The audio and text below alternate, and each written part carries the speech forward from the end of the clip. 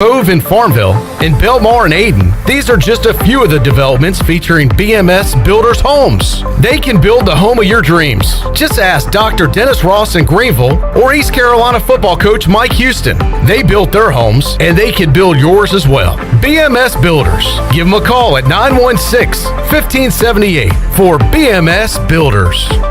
Hi, this is Jeff Charles, and welcome inside the booth. One of the best right-handed hitters of all time. I'll make the case right after this. There are lots of reasons to love the Carolinas. We have awesome beaches, beautiful mountains, great weather, friendly people. We have some of the best teams to root for and the best schools to be a part of. But the one reason above all others to love the Carolinas? Pepsi Cola. Somehow, it just tastes different here. Better. More refreshing. No one can really explain why. All we can guess is, it's better here because it was born here. Pepsi, born in the Carolinas.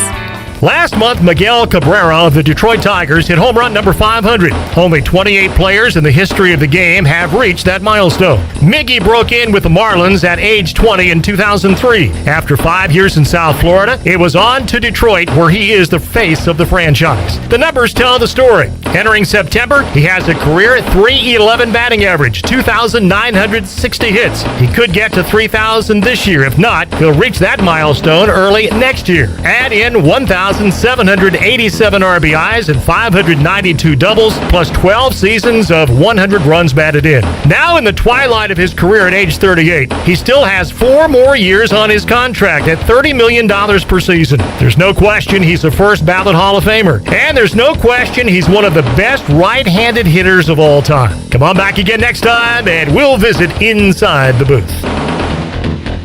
This is Pirate Radio, WGHB Farmville, 1250 and 92.7 FM Greenville, WDLX Washington, 930 and 104.1 FM Washington. The following is an exclusive presentation of Pirate Radio, the voice of the pirate nation. Welcome to Pirate Radio Live. You can paint this with purple! Now live from the Pirate Radio studios in the heart of the Pirate Nation, here is your host, Clip Brock. Alrighty, happy Wednesday to you and yours. Welcome in to Pirate Radio Live. Clip Brock here with you on the Pirate Radio airwaves on Pirate Radio 92.7 FM in Greenville, 104.1. In Washington, we are on 1250, 930 online, pr927fm.com. And you can watch the program on Facebook Live and on YouTube. Be a part of the show by chiming in to our Facebook Live chat. And throw out your question, comment, concern, birthday, anniversary. It's all there for you there. And you can be a part of the program on this Wednesday. We got some guests to get to. A lot of news and notes to get to. We got a big night of programming here on Pirate Radio. We'll talk about that momentarily. But coming up in the next 3 hours, we got a guest each hour. We got the voice Jeff Charles joining us in about 20 minutes to give his thoughts on East Carolina's win over Charleston Southern. Jeff also knows how good this Tulane team is. We will discuss that. We'll talk a little Cincinnati Notre Dame and also some conference realignment talk with Jeff Charles as well coming up in hour number 1 of today's program. Hour 2, do you like football? Are you ready for the weekend slate? We'll get you ready for the college and NFL slate coming up this weekend, really beginning on Thursday with Wager McGee. We'll run down some games in college football and the NFL from a betting perspective and also set up the week 4 of the NFL, week 5 of college football. That's on tap for hour number 2. Hour 3, Bryce Williams joins us in the Pirate Radio studios. We'll go Pirate Radio outdoors. We'll hear from a couple of Pirate players who spoke yesterday after Mike Houston's press conference. Tegan Wilk has been a nice new addition to this East Carolina defense. You'll hear from him and also Fernando Fry, part of the offensive line. Got that coming up when we talk to Bryce Williams in hour number 3. And a lot more on tap. Shirley Rhodes is here. Chandler Honeycutt here as well. And I will go ahead and preemptively thank them for hanging out a little overtime today, because coming up after Pirate Radio Live, you know, we used to do back in the sports bar days, Clip Sports Quiz. I'd get like 3-4 people in studio. We'd play a trivia game, and fun was had. Last year during the COVID pandemic, when we really got going with the Zooms, we brought in Pirate Radio Trivia, which we played over Zoom, and that was fun. But we added a new wrinkle and started doing it here in studio, which is even more fun. We'll have people at the end of the table and asking questions, answering questions, laughing, cursing, all that goes along with it. And today, for the first time ever, we're going to have a live in-studio edition of Pirate Radio Trivia. We're going to do it at 6 o'clock-ish. We're going to give Chandler and Shirley time to wrap up this show, make sure it's uploaded to the proper destinations, and set up our Pirate Radio Trivia so we can go live at around 6:05. And we've got a nice little rivalry coming up at 6 o'clock, Conley versus Rose. It'll be Rob Maloney from D.H. Conley and Clay Medlin from J.H. Rose going head-to-head on trivia. It's some sports, some entertainment, some science thrown in there. So we'll have a lot of fun with that coming up at after today's edition of Pirate Radio Live. After that live edition of Trivia, we'll have the debut of the Pirate Radio podcast with Jeff Charles and one of Chandler's heroes. Absolutely. C-Town, stand up, baby. Where's Sampson County at? Leonard Henry. Yes, sir. Going to join Jeff Charles on the Pirate Radio podcast coming up tonight. So we got that going on. We got trivia going on, and a very important baseball game, Orioles and Red Sox. Orioles beat the Red Sox last night. We'll have a MLB playoff picture update for you in a moment and dive into all that. But O's Red Sox are nightcap tonight. So we got a full night of programming coming your way right here on Pirate Radio. In addition to that, ECU practice going on this afternoon. So on our social media accounts, we'll have pictures, we'll have interviews of that going on our Facebook, Twitter, Instagram, and the interviews in their entirety on YouTube. So, man, we are locked and loaded. The coordinators are talking today. Donnie Kirkpatrick, Blake Harrell, so be on the lookout for that as well. We are content overload. Packed house programming, packed house content, packed house fun. Thank you, Chandler Honeycutt. All right, let's start our rundown today, and we'll start with East Carolina and Tulane. The Pirates are at home in a crucial game on Saturday, and they are 4-point underdogs to the Green Wave. Mike Houston knows how important this is. Shirley, can we hear Mike Houston cut 6? Ronnie Woodward asked him what a win would mean for this team. Well, it's a big game for a lot of reasons, and not to de-escalate your question, it would mean we're 1-0 in the conference. I mean, that's what it would mean to win this ball game, and so it would mean we're 3-2 on the season. I think when you do look at big picture, I mean, it would be obviously a big next step. You look over the span, like I said, of the last 11 games, we've done some really good things. You look over the span of the last 6 games, we're 4-2. You're 2-2 to start the season, so you're seeing some positive things, big picture wise. As far as that's concerned, then yeah, it's a big ball game for us. But the biggest reason it's a big ball game is because it's the next one. It's the conference opener. It's a home game. It's a conference opponent.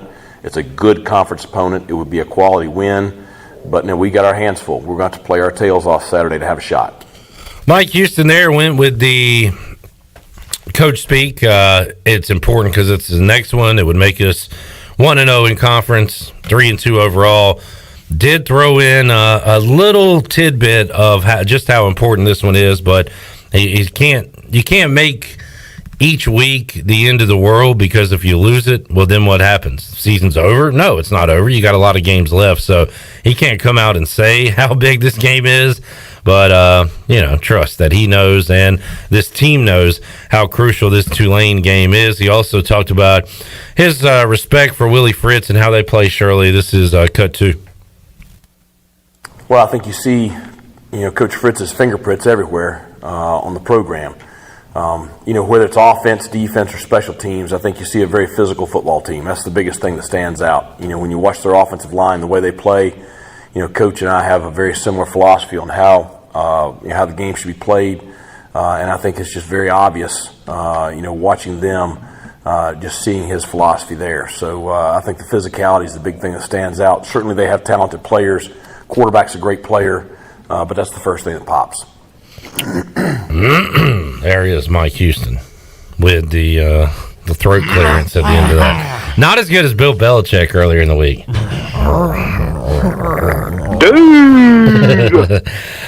Brennan says, what do you guys think about the reports that Colorado State and Air Force will be joining the American? I think it's pretty lame. The region that they're in just doesn't make any sense. Not looking forward to those. Don't care. 2 o'clock, fifth quarters. Yeah, I mean, I don't care about the weather. Yeah, I don't care about that either. I don't know. Is anybody excited about Colorado State and Air Force? Does it make the conference better? I'm not. I don't know. So, what do you think about it, Brennan? Do you think it's good? What do you folks think about the reports about Colorado State and Air Force joining the American? Does Air Force still runs a variation of the option, right? I don't want to play them. We can't stop the option. Although we did last year, and we will this year, and ECU will beat Navy finally coming up later on this season. Brock's lock. That is a future Brock's lock coming up later on this calendar year. All right, so Pirates, Tulane, Chandler, how you feeling about the game on a Wednesday? Well, you have time to change your answer, even though you won't be here Saturday or Friday, because, hey, who wants to work on a weekend? I do. Do you? I do. Well, show up. Man, I have a social life where I am involved. Look who's got a social life. Look who has friends. In a big moment of my best buddy's life. Big ball moment. Is his glory hole days, as I said last week. I want me some glory hole. And he has asked me to be a part of his wedding, so by golly, I'm going to be there. I know. No shame in that. I'm going to keep picking on you, though. But I can't wait to wear those sweet kicks. All right, we forgot to get into this yesterday. I think now's as good a time as any. So Chandler scoots in. I'm sitting here. This is before the show. Chandler, walks in kind of. How would you describe your step? It was a smooth. Like a smooth little swag step. Yeah, got the little sway going on. Yeah, a little swaggy Chan. And you come in and you lay this box on the table here, and it looks all nice. And you open it up, and it's a nice pair of shoes. And each shoe is displayed in I don't even know what it was, like a sack. A sack. Each shoe has. It was a shoe sack. Each shoe has its own personal protective sack that made it look pretty nice, right? Oh yeah. And the name. These are some nice shoes. The name of the brand is Bruno Mark. Bruno Mark. Not Bruno Mars. Bruno Mark. This is cousin. And Chandler breaks them out and is like, "Hey, check these babies out. This is." And I was like, "They're shiny." I said, "Are you wearing those in the wedding?" He's like, "Yeah, this was our wedding gift." I was like, "Wow, okay, those look pretty nice." And I was like, man, I'm curious about Bruno Mark shoes. I'm not familiar with them. So I Google it up, and the first thing that pops up is Bruno Mark men's shoes, Walmart. And I was like, wait, what? I was like, wait a minute. What was behind that? Wally World. Oh, my gosh. So I click on it, and I'm looking at the selection here, and I find Chandler's particular shoe. And you can get one of these shoes that Chandler got, which is really nicely packaged, and Chandler was in there flaunting it around. You can get one. Well, Chandler's particular one is going right now for $17.99. There was one option for like $12.99. And look, there's nothing wrong with that. I just found it. I'm still thankful for those shoes. Of course you are, and you should be. And you know what? This is like no shame. I'm literally wearing $15 Walmart shoes right now. Yeah. Which are like the most comfortable shoes I've ever had in my life. They're called they're the off-brand of Hey Dude. Basically, they're like Hey Bros or something.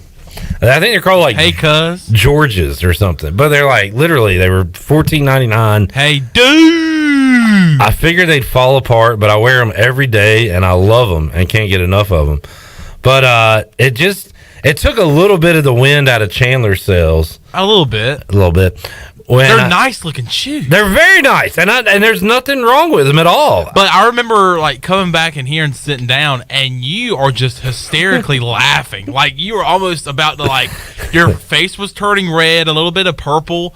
You were about to fall out of your chair. I was like, "What is he laughing at?" Like you were getting a good laugh.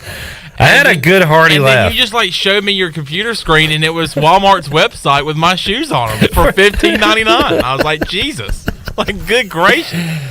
But I thought I had a shoe that you couldn't get in Egypt. Or you came in here like you had the nicest shoes in Greenville, North Carolina, and there's and come to find out, you can go down the street and get them at Shoe Carnival. Well, Walmart. Yeah. Literally Walmart. How much did they run? Well, it varies. Varies? Oh, you don't want to tell me how much you mine was free $99. Well, free $99 is always good. There was a version. I am curious. There was a different color of Chandler's shoe that you could get for $12.99. What? That's not funny. None of it is really the funny. Look. If you can find a decent pair of shoes for $12.99 or free $99 for that matter, I'm not gonna joke anybody for it. And I'm not embarrassed at all. I'm proud. You shouldn't be. Nobody should be. I'm wearing Walmart shoes right now. No, it's fine. That is great. I'm all about the 3-stripe life. You know how much I love my Adidas I'm all shoes. about that Walmart swag.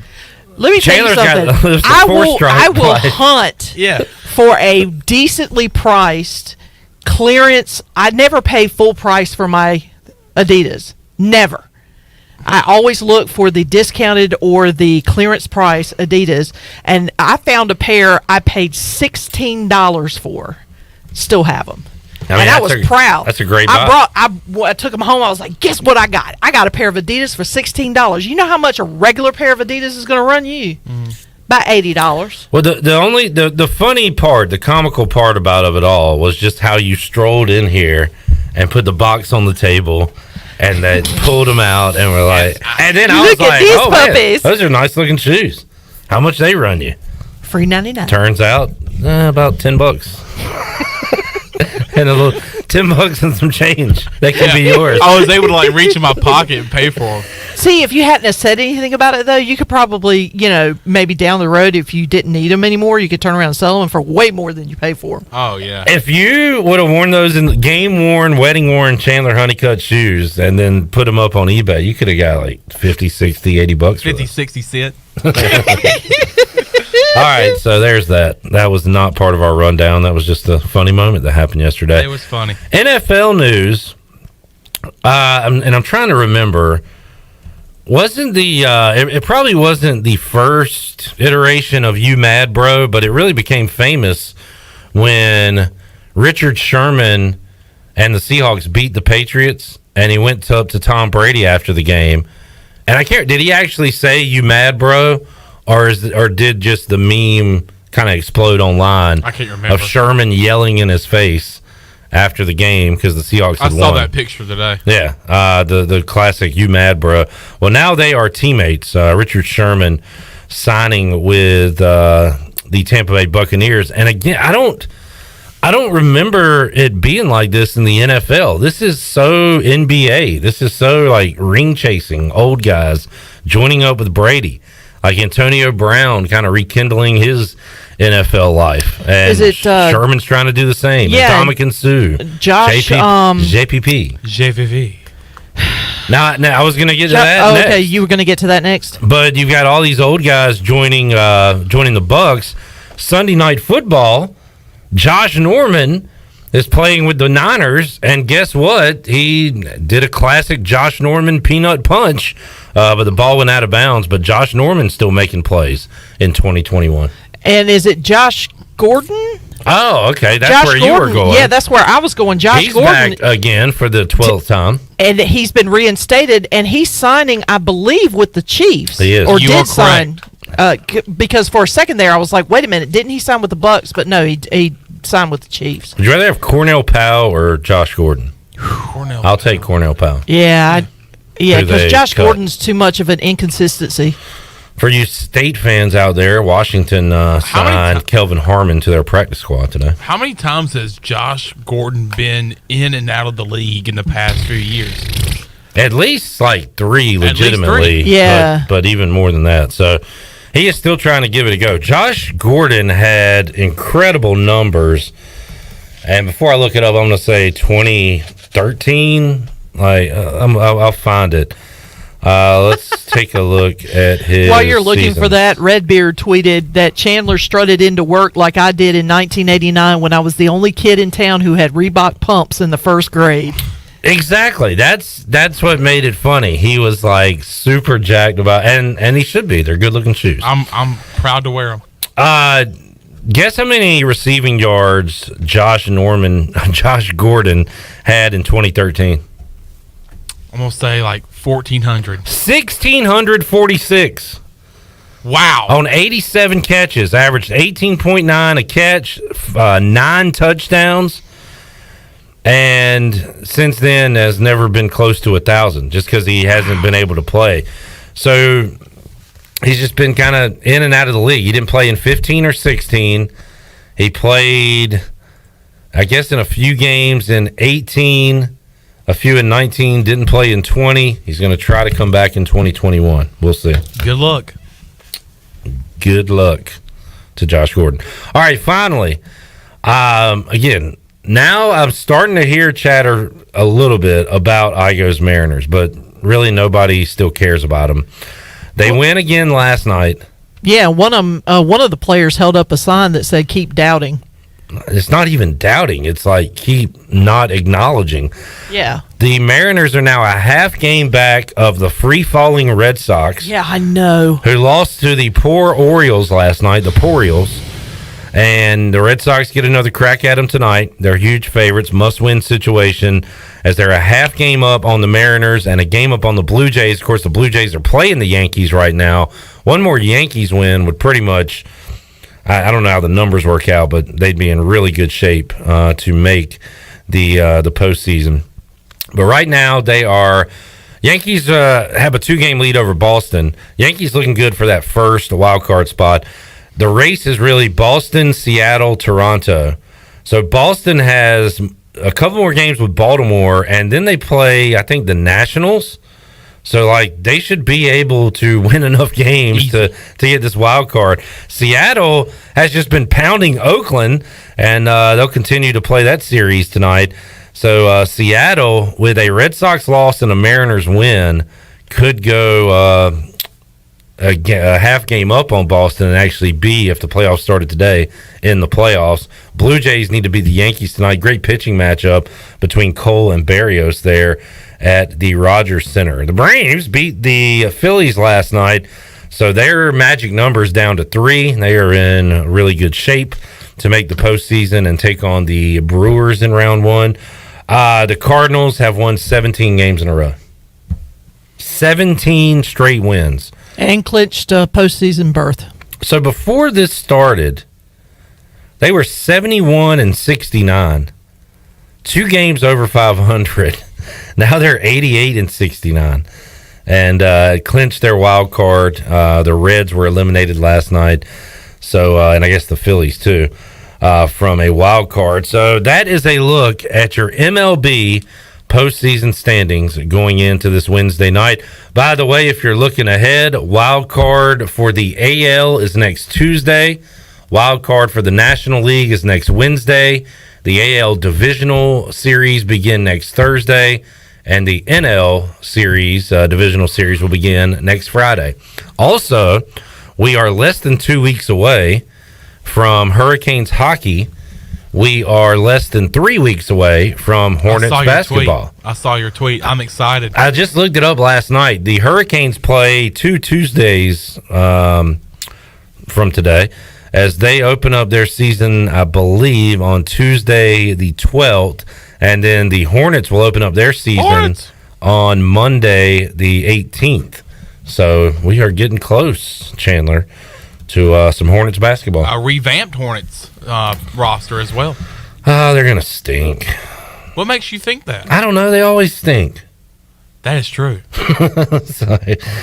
I don't know. Maybe we'll get off to a good start and give us something to be excited about. Got a lot of young talent. Yeah, it should be fun to watch this year. All right, let's take a break. Sorry, but we're taking a break. No. Go ahead. I was going to say, you asked me about how I felt about the Tulane game, and then we started talking about my Did you never answer? No. What a cliffhanger. There's somebody out there wondering what you think about this game that's really angry right now. What I'm going to say is just I'm nervous. So I don't even need to ask the question if you're nervous. You already told us. I'm nervous. Spoiler, Chandler's nervous. Take a time out, come back. We'll visit with the voice, Jeff Charles, when we return on a Wednesday edition of Pirate Radio Live. Back with you after this.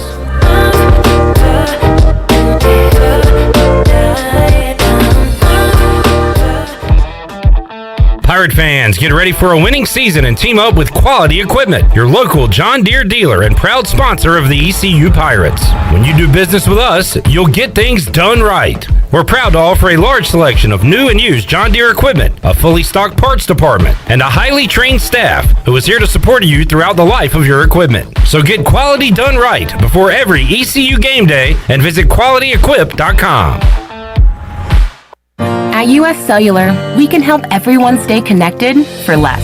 And less also means more, as in more choice. Right now, you choose any phone and we make it free. Plus, get unlimited data for $30 a month with 4 lines. US Cellular, America's locally grown wireless.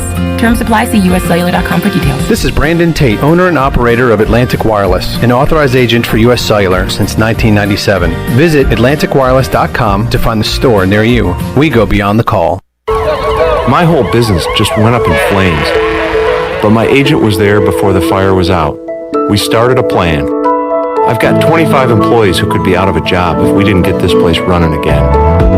My independent agent and auto owner's insurance, they made sure we didn't skip a beat. I mean, we didn't miss a single payroll. That's incredible. For whatever lies ahead, we're always there. This is Jeff Gibson with Town Insurance in Greenville. Call me today at 756-8300. Go Pirates! I can't live another day without air conditioning. Either you get it fixed or I'm out of here. What? We have fans. Come on, hon. It's not that bad. I am hot. The kids are hot. Even the dog is hot. Get the AC fixed or get a new train system installed. Fine. I'll call Delcor, the service professionals. Is that okay, babe? Yes. Just do it. Like now. Replace our old system or else I may replace you. Okay. I'll call today and get a new train system because, it's hard to stop a train. Mom, are you really going to replace Dad?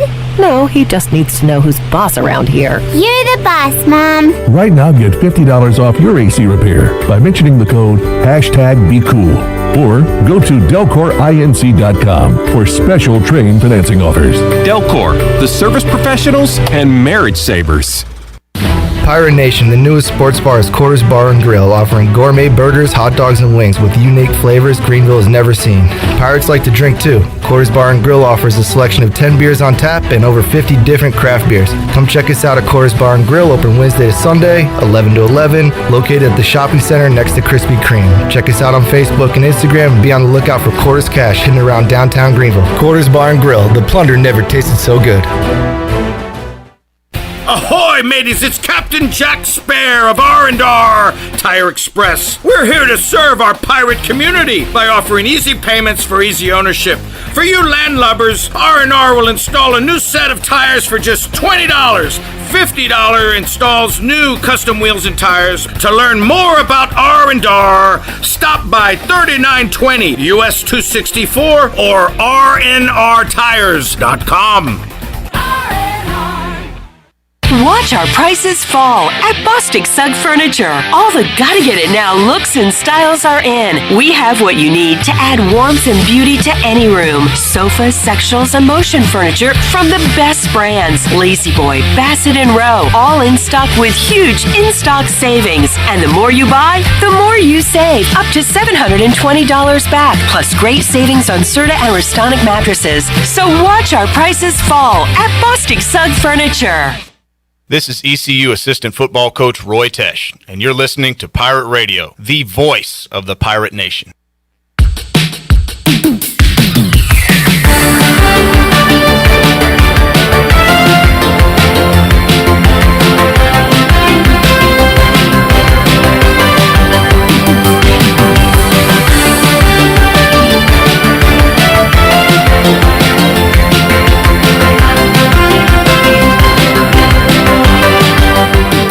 listening to Hour 1 of Pirate Radio Live. Do you need custom t-shirts, apparel, or promotional items for your business, organization, or event? Keep it local. Print it local with University Sportswear. Contact them today at universitysportswearenc.com. Now, back to the show.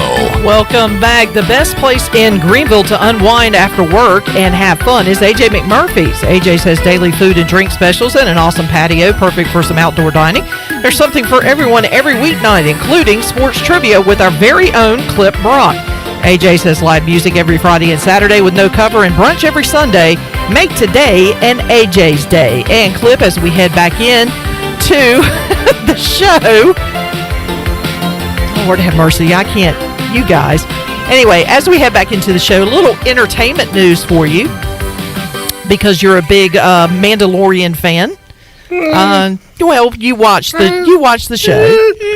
Yeah, I liked it. I don't understand all of it, but I like it. Okay, well, the spinoff is set. The Book of Boba Fett, which is the second installment of it was The Mandalorian, now it's the Book of Boba Fett. Mm-hmm. That is set to be released December 29th. Oh, because The Mandalorian, as we know it, is done. Yes. Okay.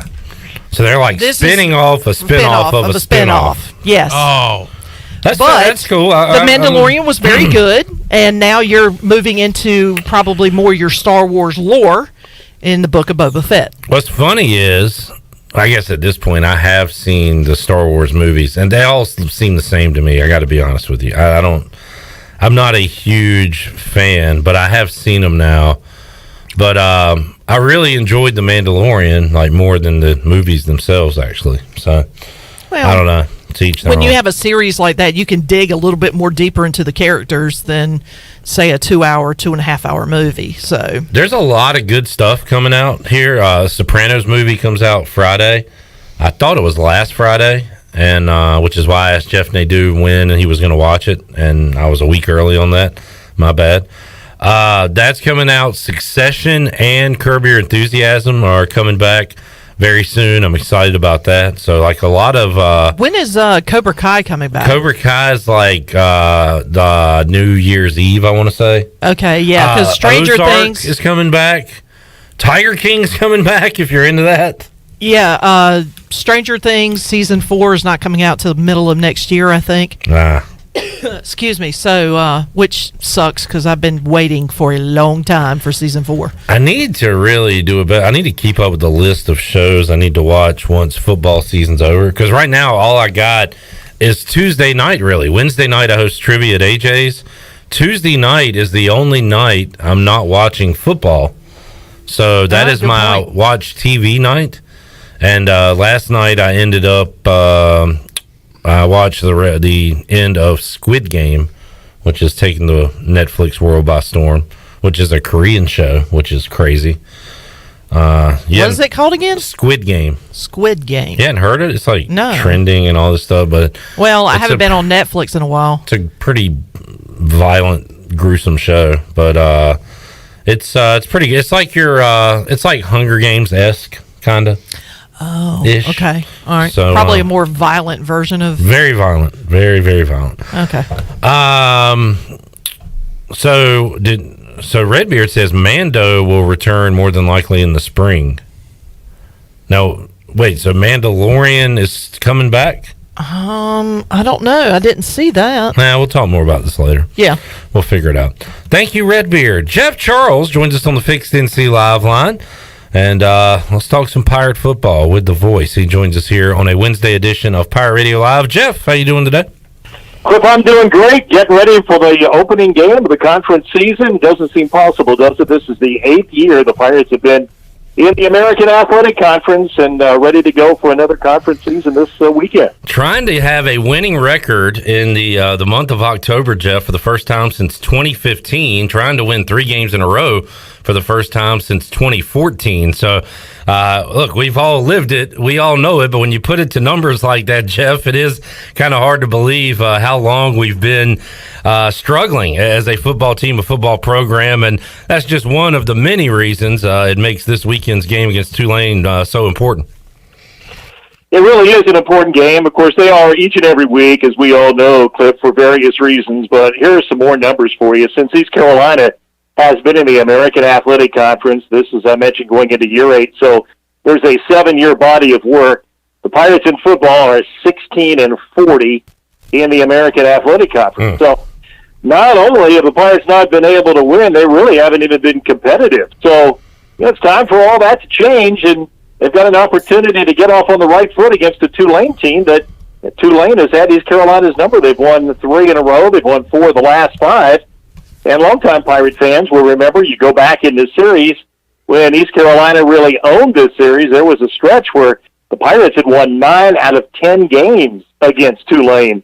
Well, that has really changed, like so many series that we have seen, Cliff, down through the last few years where East Carolina had dominated these teams, and now they're losing to these teams. So let's see if they can get on the right track this week. They're going to have to play a lot better this coming Saturday than they did last week against Charleston Southern. It's going to take a great effort.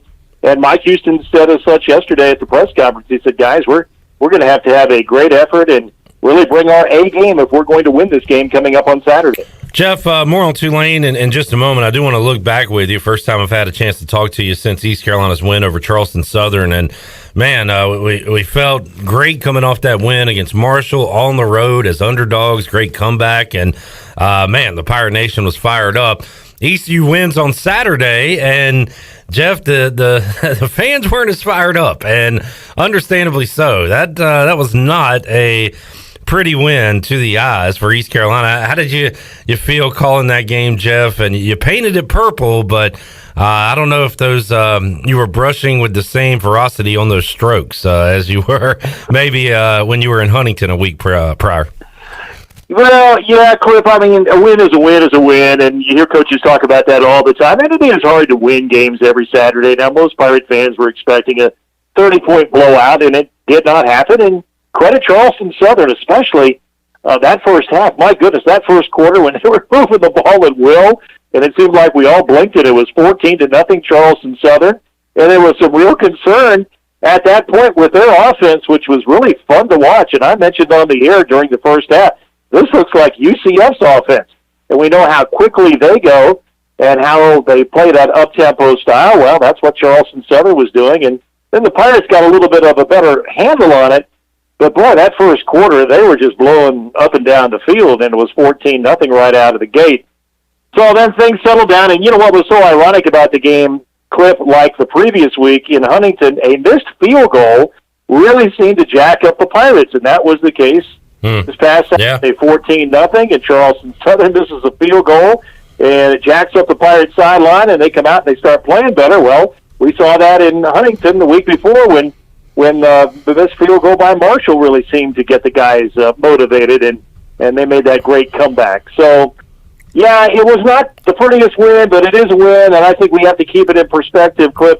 Most fans, I think, felt that if the Pirates could come out of September at 2-2, they would have a chance to perhaps win 6 games this year and be bowl eligible. Well, all those cards are still on the table. So you take the win and you look back on it and you say, yeah, I've got to play a lot better if you're ECU and Mike Houston. And I'm sure they've gone back to the drawing board this week to make some corrections because, as I mentioned, it's conference season now, and taking nothing away from Charleston Southern, they're a pretty good little football team, but they're not an American Athletic Conference team. And you've got an AAC team coming in here this weekend that has been successful of late, and they have been winning. So, again, it's another tough task for the Pirates coming up on Saturday.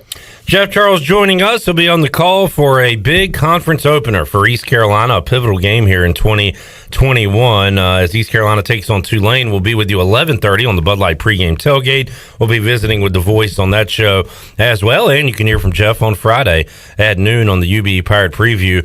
Looking at Tulane over the years, Jeff, they had that magical year in 1998. Sean King at quarterback with Tommy Bowden as the coach there. Rick Smith was a part of that staff. He talks about that team quite a bit. But 12-0 that year. Patrick Ramsey was a good quarterback in the early 2000s.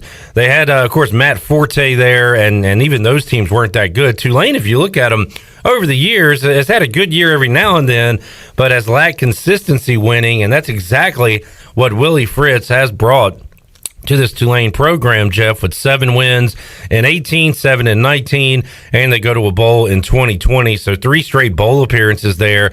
That's Tulane's longest streak, Jeff, in their football history. So I know you're a big fan of Willie Fritz and what he does there in Tulane. And let's face it, they're not used to being 1-3. I know they've played some good teams, but they are a pretty desperate team right now that's used to winning these last few years.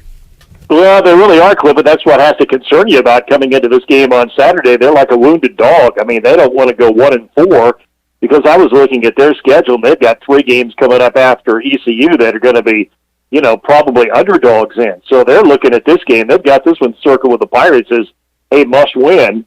And you're right about their consistency, and you're right about Willie Fritz. I just think the guy's an outstanding coach, and he's done a great job in a place that's very difficult to win. And he has won 20 games over the last 3 years coming into this season. So, you can do the math. They're averaging almost 7 wins a year, and that is really, really good at Tulane, and they're going to bowl games. He's in his season, so they have stuck with him, and it really has paid off for Tulane football. And he has a really good program in place now. The recruiting has gotten a lot better. He's a really good X's and O's guy. And their program has never been more solid than what it is now. Now, they've got to be really disappointed. Even though UAB is pretty good, they've got to be disappointed they lost to UAB at home last week, 28-21. They blew out Morgan State, which they were expected to do. And then, of course, the game that everybody just opened their eyes and said, what in the world's going on here? They had a chance to win at Oklahoma against Lincoln Riley and just lost that game by 6 points out there. So this is a football team. Of course, they got blown out by Ole Miss, but Ole Miss is really good. I'm not really sure what happened in that one, giving up 61 points, but Ole Miss has a very good offense, so you kind of flush that one away. But yes, this is a good program. Willie Fritz is a really good, solid coach. He's got a good coaching staff. He's got a game plan and a blueprint to make a program work. He's so much like Mike Houston, and we're going to talk about this week, Cliff. The fact that these guys had to pull themselves up by their bootstraps in this profession. Neither one of them had a big name or had a famous father who opened doors for them or those kinds of things. And I've often thought those are the guys who make the best coaches. And like Coach Houston, who's coached at lower levels of college football and in high school when he got his start, Willie Fritz was a junior college coach and then a Division II coach at a couple of places and then an FCS coach at Georgia Southern. So his resume is very similar to Mike Houston's. And I think Mike told me the other day that of all the coaches in the American, he talks to Willie Fritz more than anyone else because they do have that in common. They do have that same type of resume. So he's a good coach. He's got his program underway. Tulane made a really good hire. I thought when they made that hire 6 years ago, I mentioned on the air clip that I thought Tulane made an excellent hire. He had a great run at Georgia Southern. And this guy's a winner. I mean, some guys just win wherever they go. Mike Houston's always been able to do that. Now he's got a big challenge at ECU, but you look at the Willie Fritz bio, and he has won everywhere he's been winning at Tulane. Jeff, also, Pirates are going to face another tough QB this week, and Michael Pratt was thrown into the fire as a young QB, kind of became a cult hero when he almost pulled off the upset against Oklahoma, had Trey Young and other professional athletes tweeting about him on social media. Very good player, and we'll get to see him up close and personal coming up this Saturday. Well, you're right about Michael Pratt. He burst onto the scene last year. Nobody knew who he was, and he came in here and Tulane beat East Carolina 38-21, and we were like, who's this freshman quarterback? And then after the game, we're like, this guy's pretty good. And he is good. His percentage down a little bit. His throwing percentage, completion percentage is the same as Holt Naylor's going into the game, but they're both at 58%. But where he's really strong is his touchdown to interception ratio. He's thrown 10 touchdowns and only 2 interceptions, and he can run as well. He's run for 96 yards. He's really smart. He's out of Boca Raton, Florida. He does a nice job running their offense, and he's got some good skilled guys that we saw last year, some of the same cast of characters that we saw last year. Some of the receivers and the running backs are all back for them, and they're expecting to have a really good year. So they've got to be disappointed that they're 1-3, and again, they get kind of a fresh start, just like the Pirates do with this opening game. So I think you're going to see a couple of very hungry teams starting conference play coming up on Saturday. Looking forward to that one, 3:30. It'll be on ESPN Plus, and Jeff Charles, Kevin Monroe, Marty Fuhrer on the call on the Pirates IMG Learfield Sports Network. Jeff, coming up 2:30 on Saturday, we'll be watching this one while we're here with you on the Bud Light pregame tailgate. South Bend, it'll be Notre Dame and Cincinnati. And I think we talked about this with you last week, Jeff. The scenario played out perfectly for the Bearcats. They needed Notre Dame to beat Wisconsin, and Notre Dame was able to do that. Now Notre Dame has a number 9 beside their name, so this will be a road top 10 win for Cincinnati if they can go in there and do it. And they're getting some respect from Vegas, Jeff. Cincinnati is a road favorite against Notre Dame, sitting at around a 2-point favorite right now. I know you got to give Luke Fickell and the Bearcats a chance to go in there and win this game. What do you think about this matchup, Jeff?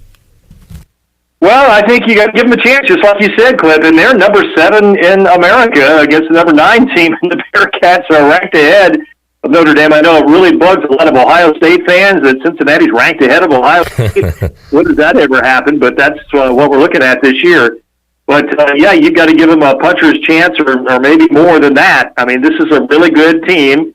I would guess that, I don't know if it's the most important or biggest game in the history of Cincinnati football, but it's got to rank right up there at the top. My goodness, if they can go to South Bend and win this game Saturday, what a statement that is going to make. And you have to have a quality quarterback to be able to win games like that, and Desmond Ridder is really mature. We've watched him mature at Cincinnati down through the years to where he's one of the better quarterbacks around these days, and I don't care who you are, he's a handful to prepare for because he can throw it and he can run it, and then their defense is always tough. So Notre Dame's got their work cut out for them. Of course, all of us in the America would love to see a Cincinnati win. It'd be great for the conference, even though they are leaving, as we know, in the next year or two or whenever that's going to be.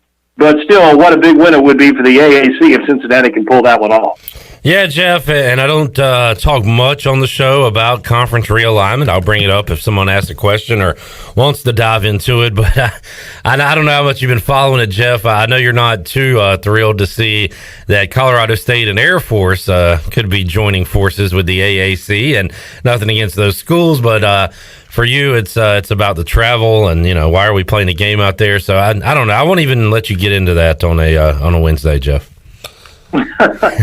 Well, I tell you what it amounts to, Clip, and I don't know anything. Basically, all I know is what I read. But what it amounts to is ESPN and television and dollars and how the American can salvage what is about $7 million per year per team by losing those 3 schools that we've already mentioned a million times. Can you bring in schools that can keep that television package at relatively the same amount? So if it happens that way, where Air Force and Colorado State and who knows who else may join the league, it's going to be because the league is going to be able to keep the television dollars relatively the same. And it's just the world that we live in today. It's just television driven, as we know. So it may happen. I mean, a month or so ago, I didn't think it was going to happen, but it seems like now there's some momentum building for it to happen. And the other thing I have read recently, Clip, is that Craig Thompson, who is the commissioner of the Mountain West Conference, and I know Craig. I knew him back when he was with the old Metro Conference years ago when Virginia Tech was in the Metro. I got to know Craig there. But from what you read, there's a lack of confidence in his leadership. He's the commissioner of the league with a lot of schools who are in the Mountain West now, and they're looking to jump ship. So the wild card, of course, is Boise. What Boise is going to do they have some kind of agreement, that at least a handshake agreement, that in a couple of years are going to be in the Big 12? And if they do, are they going to just play it out in the Mountain West and wait for a Power 5 invitation? That very well could happen. San Diego State seemed just totally crazy to me. East Carolina and San Diego State in the same conference. Yeah. And I don't think that's going to happen now. But, again, it's about the television dollars, and, I was looking at this the other day from a baseball standpoint, and believe me, baseball really is not on the radar when we talk about these kind of conference realignments and who's coming in your league and who's leaving and all that. But as we stand now, I believe I'm correct in saying this, with the 3 teams leaving, there are only 5 baseball schools in the league after that. I don't know if anybody's talked about that a whole lot because SMU and Tulsa, of course, they don't play baseball. So, what are you going to do? And if you're not going to bring in, will Air Force want to play basketball in this league? I would kind of doubt it. I mean, the service academies aren't really built to play the Memphises of the world in basketball. So I don't know if Air Force would come in as a full-time member, or what you would do is bring in the Air Forces in Colorado States for football and then look to bring in some basketball-only schools for basketball, much like Wichita State is in this league now. So it's a giant jigsaw puzzle, Clip, as we all know. But the bottom line is it's about television, it's about revenue, and I'm sure they're trying to put all the pieces together to salvage as much as they can from that television contract and keep the schools as financially healthy as they can with a good TV deal. Yeah, Jeff, great points raised, great questions asked there as you're going over all of that. And again, we'll follow it day to day. But right now, just kind of focused on what's coming up this Saturday. It'll be East Carolina and Tulane. We'll continue to talk about it here on Pirate Radio Live. We'll be with you Saturday on the Bud Light pregame tailgate. Jeff Charles will be with you Friday at noon at UBE. You can drop by and see the voice at UBE on Friday. Jeff, as you got another good show planned for this Friday? Yeah, we do. We're going to have a lot of guests, and it's really going to be a preview look at what's going to happen, on Saturday. We're really enjoying our Friday visits down to UBE at 12 noon, and it's worked out really well. Cliff, I'd like to plug what we're going on doing tonight. On one of our podcasts, we're going to visit with Leonard Henry tonight at 6 o'clock, and also we're going to re-air that interview at 6 o'clock tomorrow night as well. And Leonard Henry is not in the ECU Hall of Fame, and I scratch my head about that. I have absolutely no idea why the man has never been put in the ECU Hall of Fame. He's second all-time in rushing. He ran for over 3,000 yards. He's second only to Junior Smith. And then he went on. He played in the National Football League, and today Leonard is the pastor of First Baptist Church in his hometown of Clinton. He's been a great ambassador for the university. He's a first-class human being and a great football player.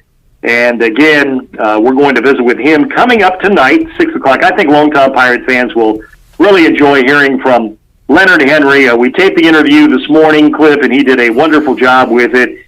And again, I hope folks can tune in tonight at 6 o'clock. If you can't tune in tonight, tomorrow night at 6 o'clock for our interview with Leonard Henry. And Jeff, I'll actually be your lead-in tonight. We're doing something a little bit different. Right after Pirate Radio Live, Rob Maloney from D.H. Conley and Clay Medlin from J.H. Rose are going to pop in. We're going to play a quick 10, 15-minute live edition of Pirate Radio Trivia, and that'll be the lead-in to Leonard Henry coming up at around 6:15 tonight. So we got a big night on Pirate Radio, Jeff. We'll play a little trivia, then have a great interview with the former Pirate great running back Leonard Henry talking to the voice. So we're fired up. Fun night coming up on Pirate Radio tonight, voice. Yeah, it really is, and I really enjoy talking to the guys who played in the Steve Logan era here. They're really good guys, and my goodness, all the things that Leonard has done in his life. He's got an amazing story now. He really does, and what he's doing as a man of God and leading his church in Clinton. I hadn't talked to Leonard in a long time. He gets back here occasionally for a game, but he's so busy now with his church, it's kind of difficult for him to get to Greenville to games, but boy, it was just a wonderful conversation with him, and I think folks are really going to enjoy it. Looking forward to that tonight and Thursday at 6 o'clock. Of course, you can download it as well and listen to it whenever you'd like. Jeff, thanks for joining us today. We will talk to you again. We'll hear from you, of course, tonight. We'll hear from you Friday, and we'll talk to you again right here in the Pirate Radio studios on Saturday. Looking forward to it, Cliff. Thanks so much. There is the voice, Jeff Charles, joining us on the Fixed NC Live line. You can hear him coming up tonight with the Pirate Radio podcast, talking to former Pirate great Leonard Henry. That's coming up after our special edition of Pirate Radio Trivia coming up, all presented by White Claw Hard Seltzer. Trivia also presented by A.J. McMurphy's, where I will be tonight doing more trivia. I've cooked up a lot of questions on this Wednesday, and we'll have some fun tonight, 8 o'clock. Come on out and join us. All right, let's get a break in. We are kind of late on a break, so what we'll do, we'll come back. Wager McGee will join us in studio. We will talk exclusively East Carolina, Tulane, see if he has a pick in that game or likes the over or under. Then we'll take another break and dive into the rest of the action with Wager McGee. We'll do that when we return on Pirate Radio Live, wrapping up hour number 1 after this.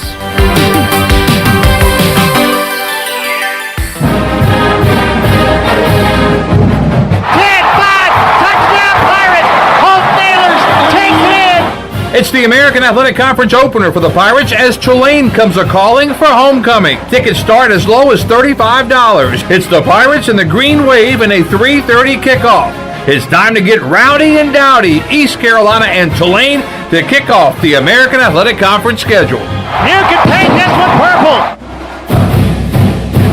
Hey Pirate fans, Derek Pizzeni from Carolina Wealth Management. Are you a fiduciary? That's a question every investor should ask their advisor. A fiduciary is an individual who acts in the best interest of a particular person or beneficiary. Is your advisor a fiduciary? You should know it's your money. At Carolina Wealth Management, we do things differently from other investment firms. To learn more about the benefits of working with a fiduciary advisor, visit mycarolinawealth.com. That's mycarolinawealth.com. Hello, Greenville and Pitt County. We at Pitt County Schools want you to know that we are a thriving and connected school system ready and open for all students this year. We are offering all in-person learning with limited virtual options while operating on a 5-day, full-day schedule for our 38 school campuses. Pitt County Schools offers rigorous academic opportunities such as dual language programs, STEM engagement, global education, and college readiness. We also offer competitive athletics, full support for exceptional children, and career readiness opportunities such as paid apprenticeships and unique business partnerships. Pitt County Schools is fully committed to engage, empower, and elevate every student every day. Visit our website today at pittschools.org, where you'll find our new jam-packed strategic plan, our new mission and vision, our profile of a learner, or check out our unique preschools, elementary schools, middle schools, high schools, and early colleges. Pitt County Schools, engaging, empowering, and elevating every student every day. White Claw Hard Seltzer. A wave of refreshment. Crafted using our unique Brew Pure process. Made pure. Nothing tastes like White Claw Hard Seltzer. White Claw Hard Seltzer. Available in 5 fruit flavors, 2 grams of carbs, gluten-free, and 100 calories. Find it at whiteclaw.com. White Claw Hard Seltzer. Nothing tastes quite like it. Proudly distributed by Coastal Beverage. Please drink responsibly. In studio with Gloria from Kinetic Physical Therapy. Gloria, what is cryotherapy? Cryotherapy is when your body is exposed to extremely cold but therapeutic temperatures for several minutes. It has many benefits, including decreased pain, decreased inflammation, increased energy, and improved overall wellness. That's why at Kinetic Physical Therapy and Wellness, we offer a wide variety of services, including cryotherapy. So whether you're an athlete or whether you just want to give your health a boost, cryotherapy will help to ensure that you're feeling great and living well. So come chill with us and you'll be back for more. Every team knows that the 2-point play can be a winning move. That's why I'm here. State Farm agent Timothy Sawyer and my team are here to help you go for 2 by combining your home and auto insurance. It's a great call that saves you time and money. So go for the win and score some savings by combining your home and auto. It's just another way we're here to help life go right. Call me, Timothy Sawyer, at 493-0002 today.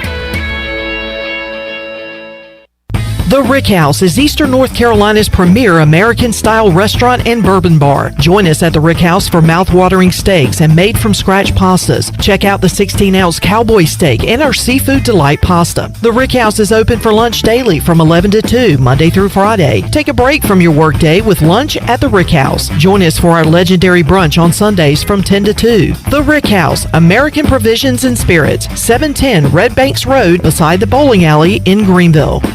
Pirate Radio. We have a standard for the way you're going to play, and we're going to start making sure that we point out those that are meeting the standard, and everybody else has to rise to that. You have to. There is no choice. You have to rise to the standard, because the standard is what wins. The voice of the Pirate Nation.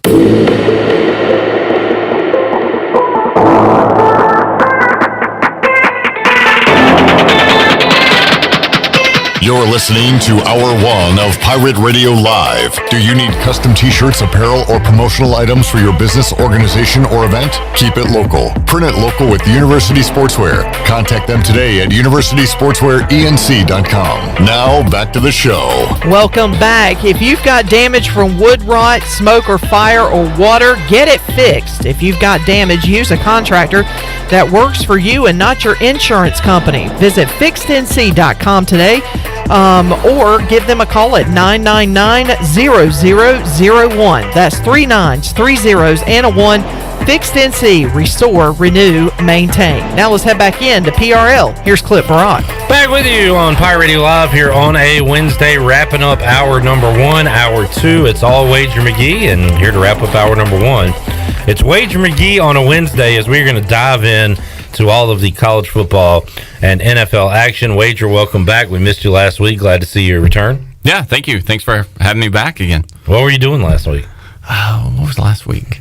I had some things going on in the personal life? Yes. All right. I had to buy a new hoodie. By the way, I apologize for misspelling your name on Twitter and to your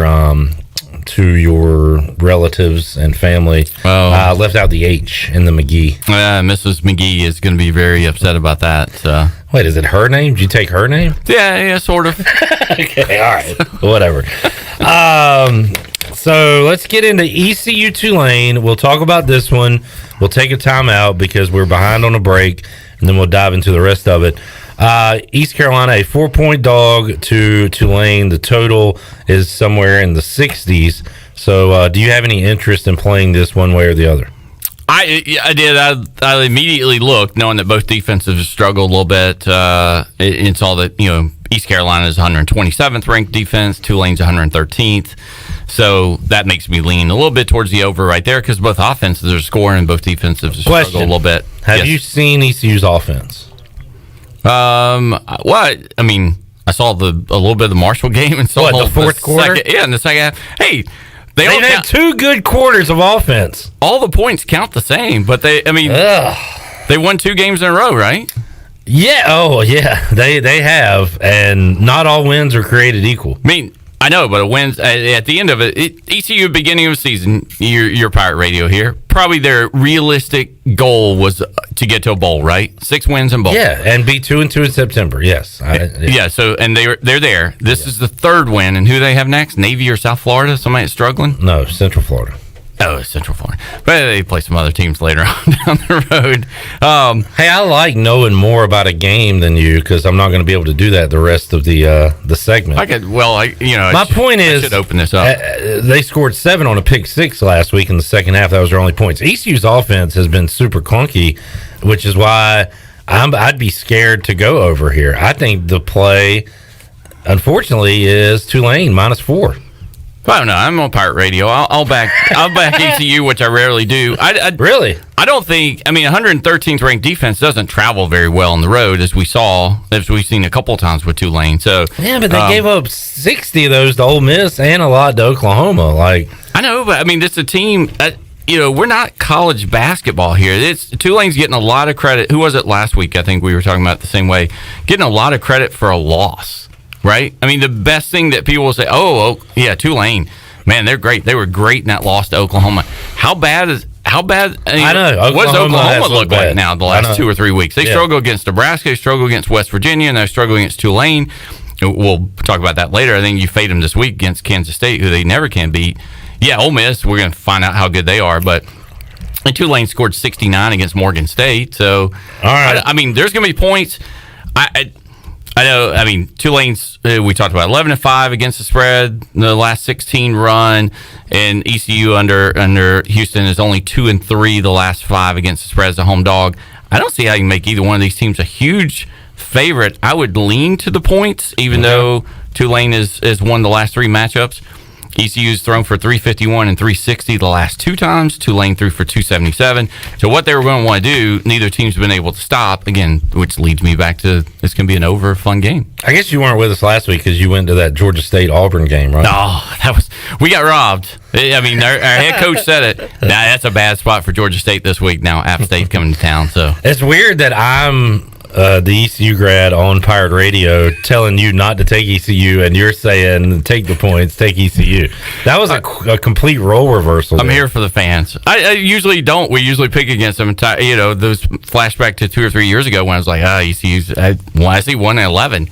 I mean, I think they're 3-2 after Saturday. Why not? Let's be positive. South Florida, Temple, Navy bowl game. I hear you. That is all out there for him to do at this point. It certainly is.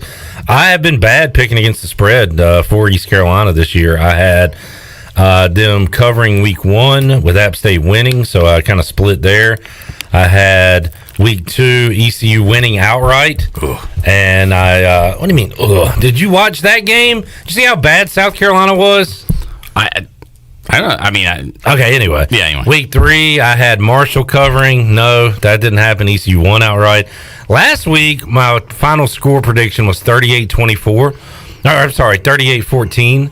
So technically, and I said, I guess I've got Charleston Southern plus the points. So that was my first win against the spread for ECU this year. So I've not been good on this. I'll go ahead and throw that out there. So maybe it's a good thing I like Tulane -4. Yeah, it sounds like it from an ECU standpoint. Now, who's that? Is that Brett McMurphy? Who calls you during the day? Who calls me? Brett McMurphy. Like, I'm trying to think of who you talk to. No. Who are the big wigs in Vegas? I can't reveal that. All right. Yeah. Let's take a time out. We'll come back. We'll have more with Wager McGee. I'm going to run down the big games, which you probably have no picks on, and then we'll talk about what you do like for the week. You got anything on Cincinnati and Notre Dame? Just curious. I didn't put anything together, but I like Cincinnati in that. All right. We'll discuss that and the rest of the Week 5 college football action. We'll dive into NFL later on in the hour. A lot more to go with Wager McGee. Hour 2. We're back after this.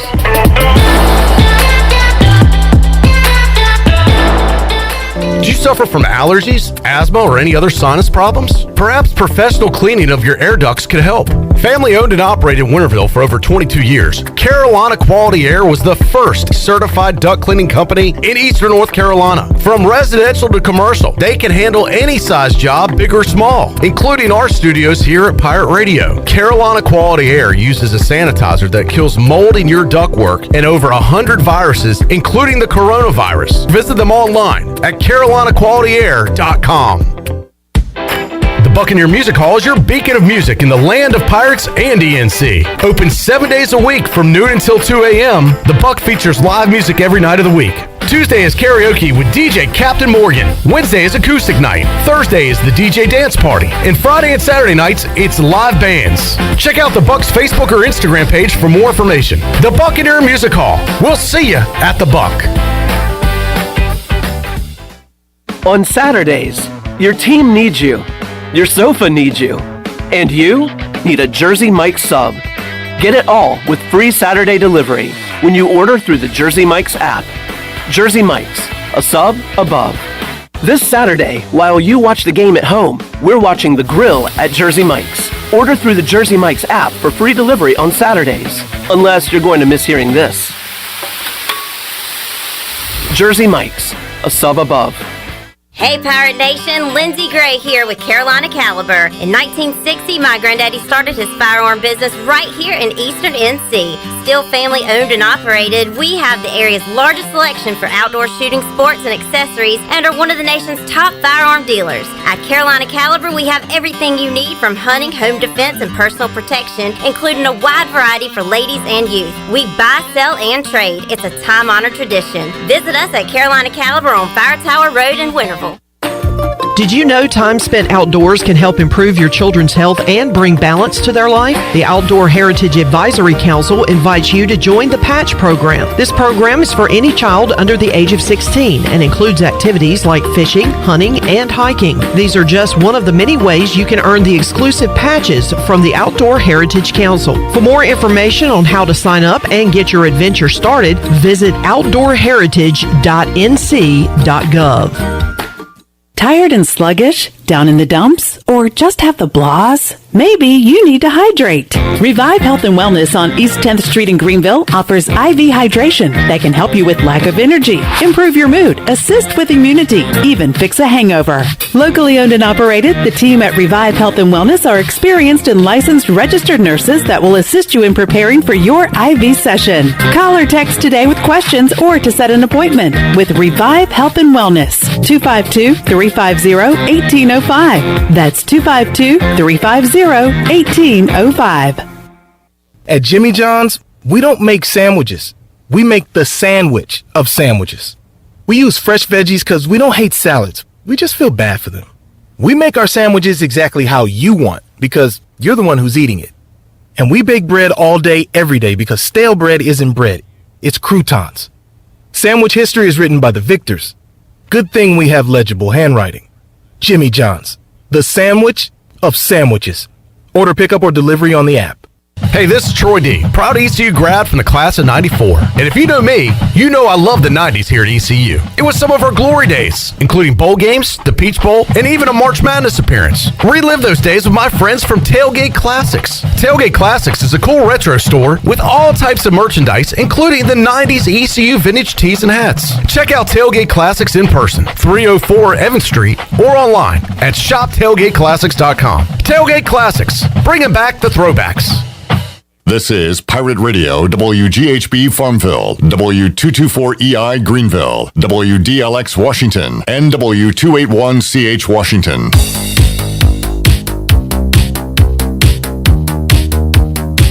You're listening to Hour 2 of Pirate Radio Live. This hour of PRL is brought to you by Select Bank and Trust. Banking is banking until the service is not the same. Wouldn't you like to deal with a bank that is responsive to your needs, can make local decisions, and cares about you, the customer? Try Select Bank and Trust. Bank local. Bank select. SelectBank.com. Now, back to the show. Welcome back. Villa Verde on 10th Street and Villa Verde Dos by the hospital are open for you, serving unique and healthy dishes from the Dominican Republic. Order online at myvillaverde.com or the Villa Verde app. Order a family meal that feeds 6 to 7 people, and they'll have it ready for curbside pickup today. Whether it's dine-in or takeout, Villa Verde is a platform for good.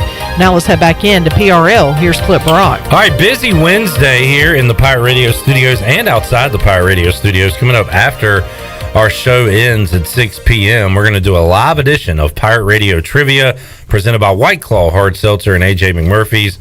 Rob Maloney from D.H. Conley, Clay Medlin from J.H. Rose. It's going to be a high school clash coming up, and shout out to the big dog, Glenn Griffin. He's got a cool graphic on that. Looks like a heavyweight title fight poster that is now on our social media. After that, Jeff Charles talks to Pirate great Leonard Henry on the Pirate Radio podcast, and it's must-win time for the Red Sox as they take on the Orioles tonight right here on Pirate Radio.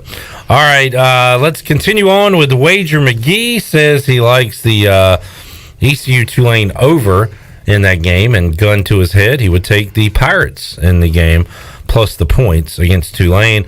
Let's look at some big matchups, Wager, and then we'll dive into what you really like this week. Sounds like you are a dog day afternoon coming up for you this weekend, but let's start with well, you're going to go against that here and take the favorite when the Cincinnati Bearcats getting a lot of respect as road favorites against Notre Dame coming up 2:30 Saturday on NBC. And you like the Bearcats? I do, yeah. I mean, I think it's a good spot more than anything else, right? This is their stake at making the playoffs, right? Because they get UCF, they get SMU at home, and they've had an off week before this, so they've had 2 weeks to prepare for them. Notre Dame's played a pretty good, challenging schedule, but is pretty beaten up at this point after that Wisconsin game. So I think it's a bad spot for them. So, yeah, I think Cincinnati gets it done. So, what's the quarterback situation for Notre Dame? Do we know? Is that why the line is what it is? Or yeah, it's going to be I think, the Crone's out, right? So it's the backup, but I'm not sure exactly who that is. So. Okay. All right, the Bearcats on the road. Wager's taking them. Another national game coming up. Man, Arkansas. When I found out that game against Texas A&M was in Jerry World, I backed off of Arkansas.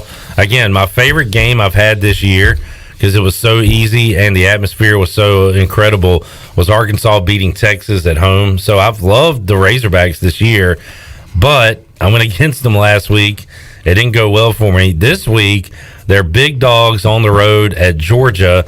Is this one where, Arkansas is good, but they got a lot of flaws? They get blown out by Georgia, or do they stick around?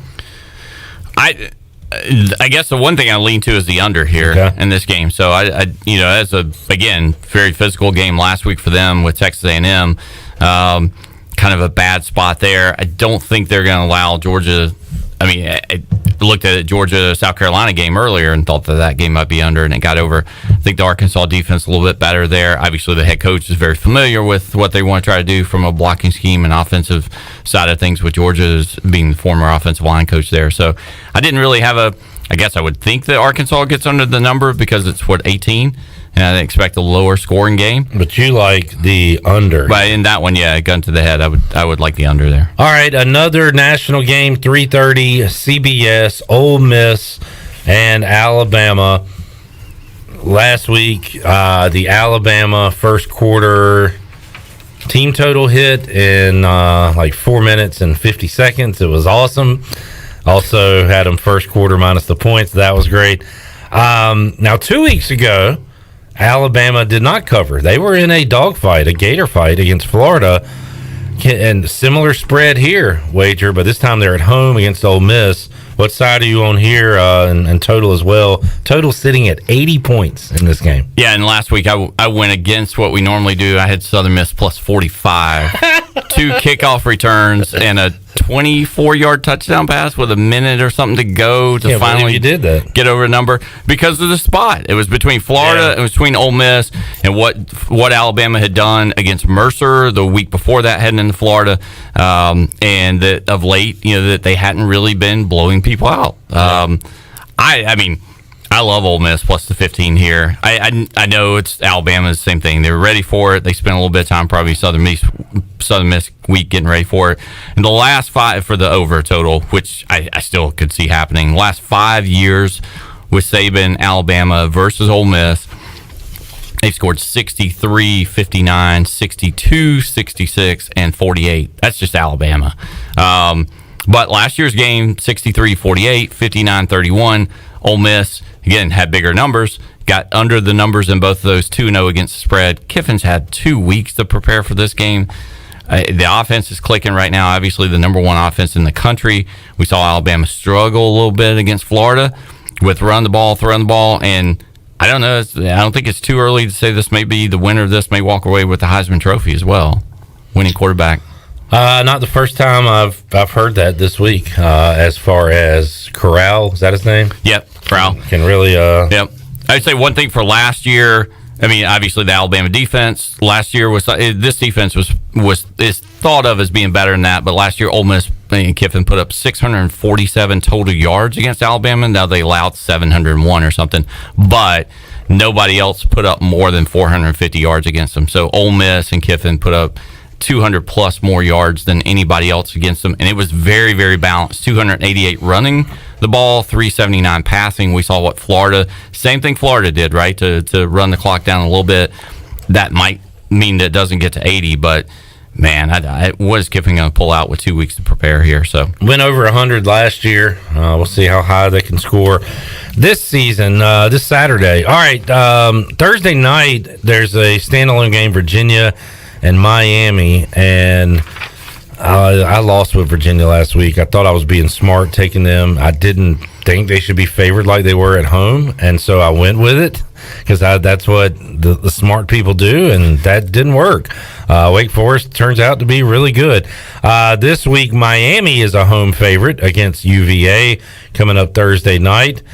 And you're siding with the Cavaliers? Yeah, I think the national folks have talked about this too. There's really no home field advantage for Miami these days, and they're 1-6 against the spread. The last 7 at home. Especially Thursday night against Virginia. I can't imagine a lot of people are clamoring to get to that one. Yeah, Virginia actually has covered 5 of the last 6 games at Miami, so Miami's done okay against them, but not at home. So, and again, I think those lines are normally larger than what this one is going to be. Some of those Miami lines, but Miami has struggled against the pass. We've seen a couple of teams, right? And not only Alabama and Michigan State. Everybody that's kind of been able to throw the ball against them has been able to throw it. Virginia is currently the number 1 passing team in the country, averaging 430 yards per game. He's just going to sling it around on a short week, too. Do what you do best against the weakest part of the defense. Should be a really fun game. I would think Virginia's going to have success throwing the ball. If you haven't seen Virginia play, Pirate fans, Brennan Armstrong, left-hander, very similar to Holton Ahlers when you watch him play. Can run around a little bit. So check him out on Thursday night. What does he wear? Number like 53 or something, 35 or 66 or something. He's a quarterback. It's a non-quarterback number, I think. Really? Anyway, he is the quarterback when you see him throwing. He's number 5. Is he? Yeah. Well, no, he's not. Anyway, that's what it says up here. You're leaving a number off. I don't know what you're watching on your team. Anyway, maybe I'm drunk usually when I'm watching them. Well, if you like some bad teams this week, we'll start with the Duke Blue Devils. I do. I mean, it's North Carolina bad too. I don't know. We're gonna see. I guess. I mean, it's a horrible spot for Duke. That one I think is the one of all these where it's a bad spot. Right? Carolina's off a loss. Right? They should be. They got beat by Georgia Tech. They got hammered. So you would think that they're probably going to bounce back here, but I don't. I mean, Duke's running the ball really well, right? Yeah, Carolina's struggling stopping the run a little bit. We saw it last week. So Duke's got 17 rushing touchdowns on the year, which I think is tops in the NCAA. 13th ranked rushing team overall. Again, I know their schedule hasn't been tough. Kansas, Charlotte, teams like that, but that's what they're going to try to do. Last year was a blowout. I like this over as well, 56-24 Carolina. But Duke had 411 yards in that game. So and Duke's 4-0 against the spread, 3-1 straight up the last 4 in the matchups. Again, they're just not getting as many points as normal. Although they're still getting quite a few points here. So, right, 19, what is it, 19 and a half? 20 isn't, around there. In total, 72. If they're not going to be able to stop them, they're going to be able to score and hang with them. So, if anything else, and it's going to fly over. So, but I mean, Duke is 2-7-1 the last 10 against the spread on the road. So I know I'm rolling the dice out there a little bit. It might be a backdoor cover, but I think they score on Carolina and keep it closer. Another bad team you like is Northwestern. This one is just the matchup overall. So I mean, it is Northwestern in the Big Ten. They're 20-3 against the spread the last 23 in the Big Ten, and I found another team that probably has a worse spot than Nebraska, but not much. So obviously 2 weeks ago, Nebraska played really tough against Oklahoma there, went to overtime with Sparty. Next week, they've got Michigan at home. So it's a horrible spot for them.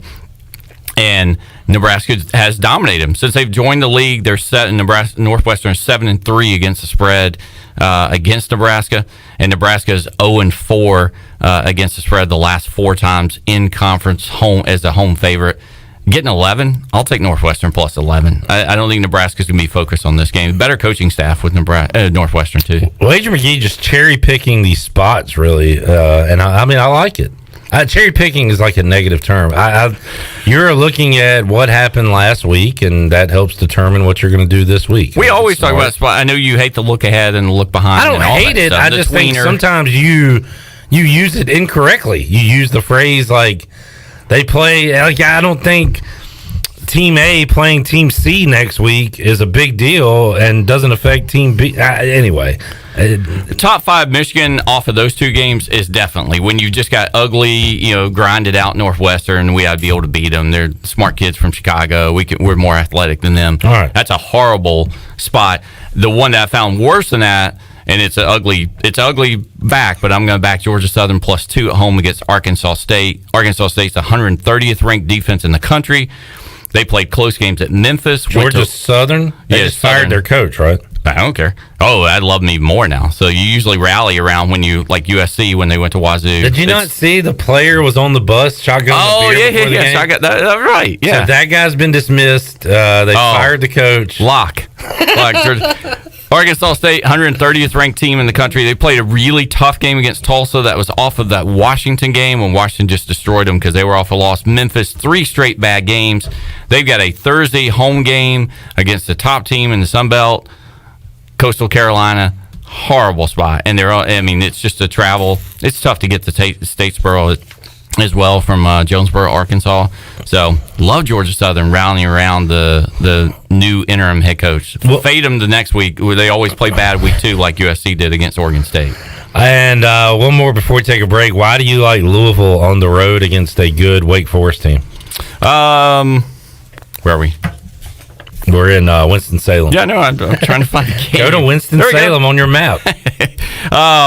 that the dog is 4-1 against the spread and 3-2 straight up in the last 5. So it's a series that the dogs kind of won with that. So Louisville, we'll see. I mean, obviously the Ole Miss and UCF games, they've been tested a little bit more maybe than Wake Forest has been tested. But Wake is a tough cover at home. Obviously 9-0 against the spread, the last 9 against the FBS. Over might be your look here too. 45-21 last year, 62-59 in 19, 56-35 in 18, 42-32 in 17.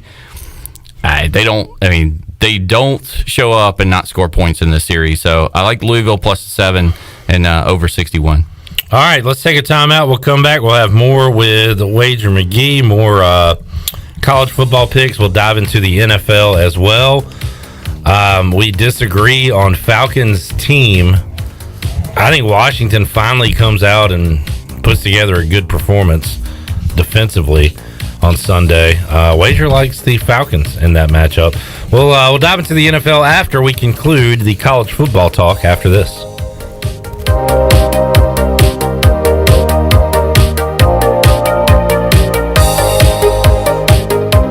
Hey Pirate Nation, this is Tom Brown from Brown & Wood Buick GMC Truck. We've been serving the Pirate Nation in Eastern North Carolina for 83 years. We have 4 brands, 3 generations, 2 showrooms, and 1 goal to make sure you leave a happy customer. This month at Brown & Wood, get an all-new 2021 Buick Envision and save over $3,000 or 0% financing for 72 months. And as always, Brown & Wood is the home of the lifetime powertrain warranty on all new and pre-owned vehicles. We're located on Greenville Boulevard next to the Convention Center, or shop us online at brownandwoodauto.com.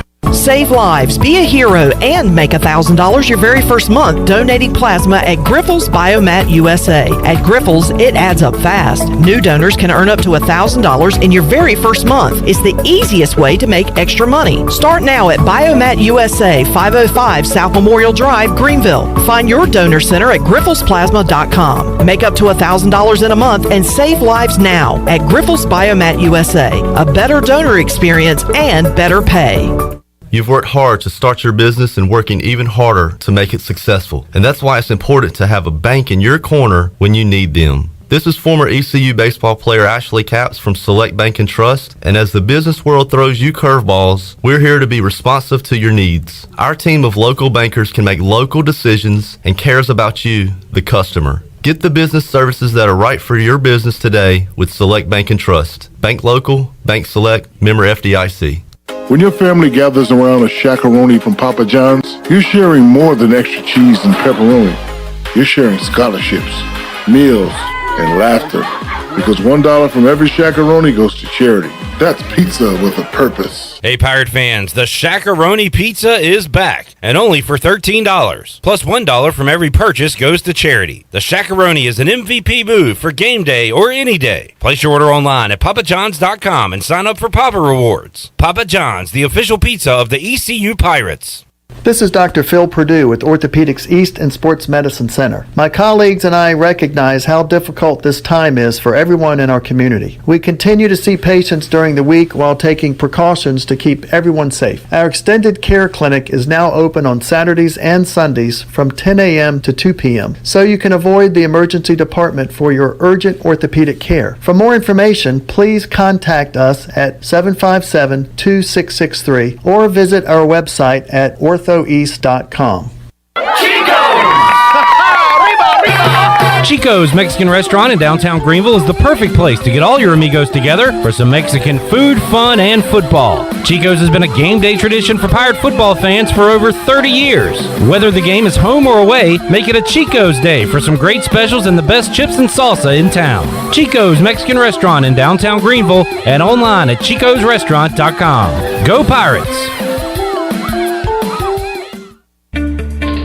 I'm Michael Vaughn with East Coast Grading and Utilities. Many of you know my dad, David Vaughn, and his work in putting in subdivisions all over Pirate Nation. But East Coast Grading and Utilities is not just for those type of big jobs. We're here for the homeowners. Whether it's concrete, driveways, hauling rock, or sand, whatever you need, East Coast Grading and Utilities can get the job done. Call us at 252-531-7494 or check us out on Facebook at East Coast Grading and Utilities.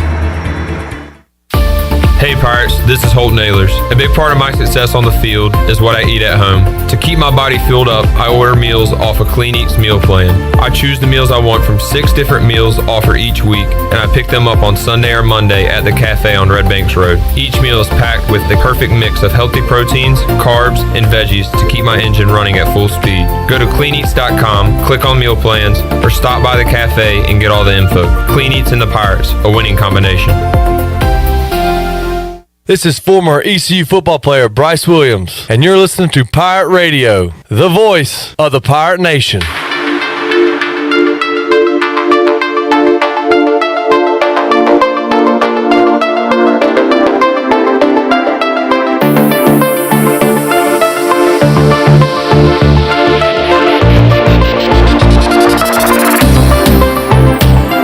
You're listening to Hour 2 of Pirate Radio Live. This hour of PRL is brought to you by Select Bank and Trust. Banking is banking until the service is not the same. Wouldn't you like to deal with a bank that is responsive to your needs, can make local decisions, and cares about you, the customer? Try Select Bank and Trust. Bank local. Bank select. SelectBank.com. Now, back to the show. Welcome back. Town Insurance is your premier independent insurance agency. From maximizing opportunities to minimizing risk, Town's insurance advisors offer expert professional advice to clients of all sizes. For personal or business insurance questions, call 756-8300 today. Now let's head back in to Pirate Radio Live. Here is your host, Clip Barak. All right, let's fly through some more college football action going on this weekend that Wager McGee likes one way or the other, and then we'll dive into the NFL, which I was absolutely fantastic on college last Saturday and lost it all on Sunday with the National Football League. Really much in part thanks to the Chiefs just not winning. Had them in a teaser with Buffalo. And those teasers will tease you, Wager, as we find out. Their name, yeah.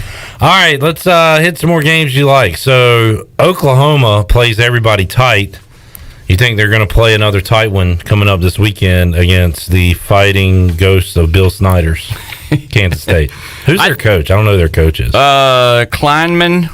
Came from North Dakota State, right? Don't they like to beat Oklahoma outright every now and then? They do. They won the last two there straight up, and they were 27 and 23-point dogs in those two games. So. Now this week the line is this year the line is smaller, 12, I think.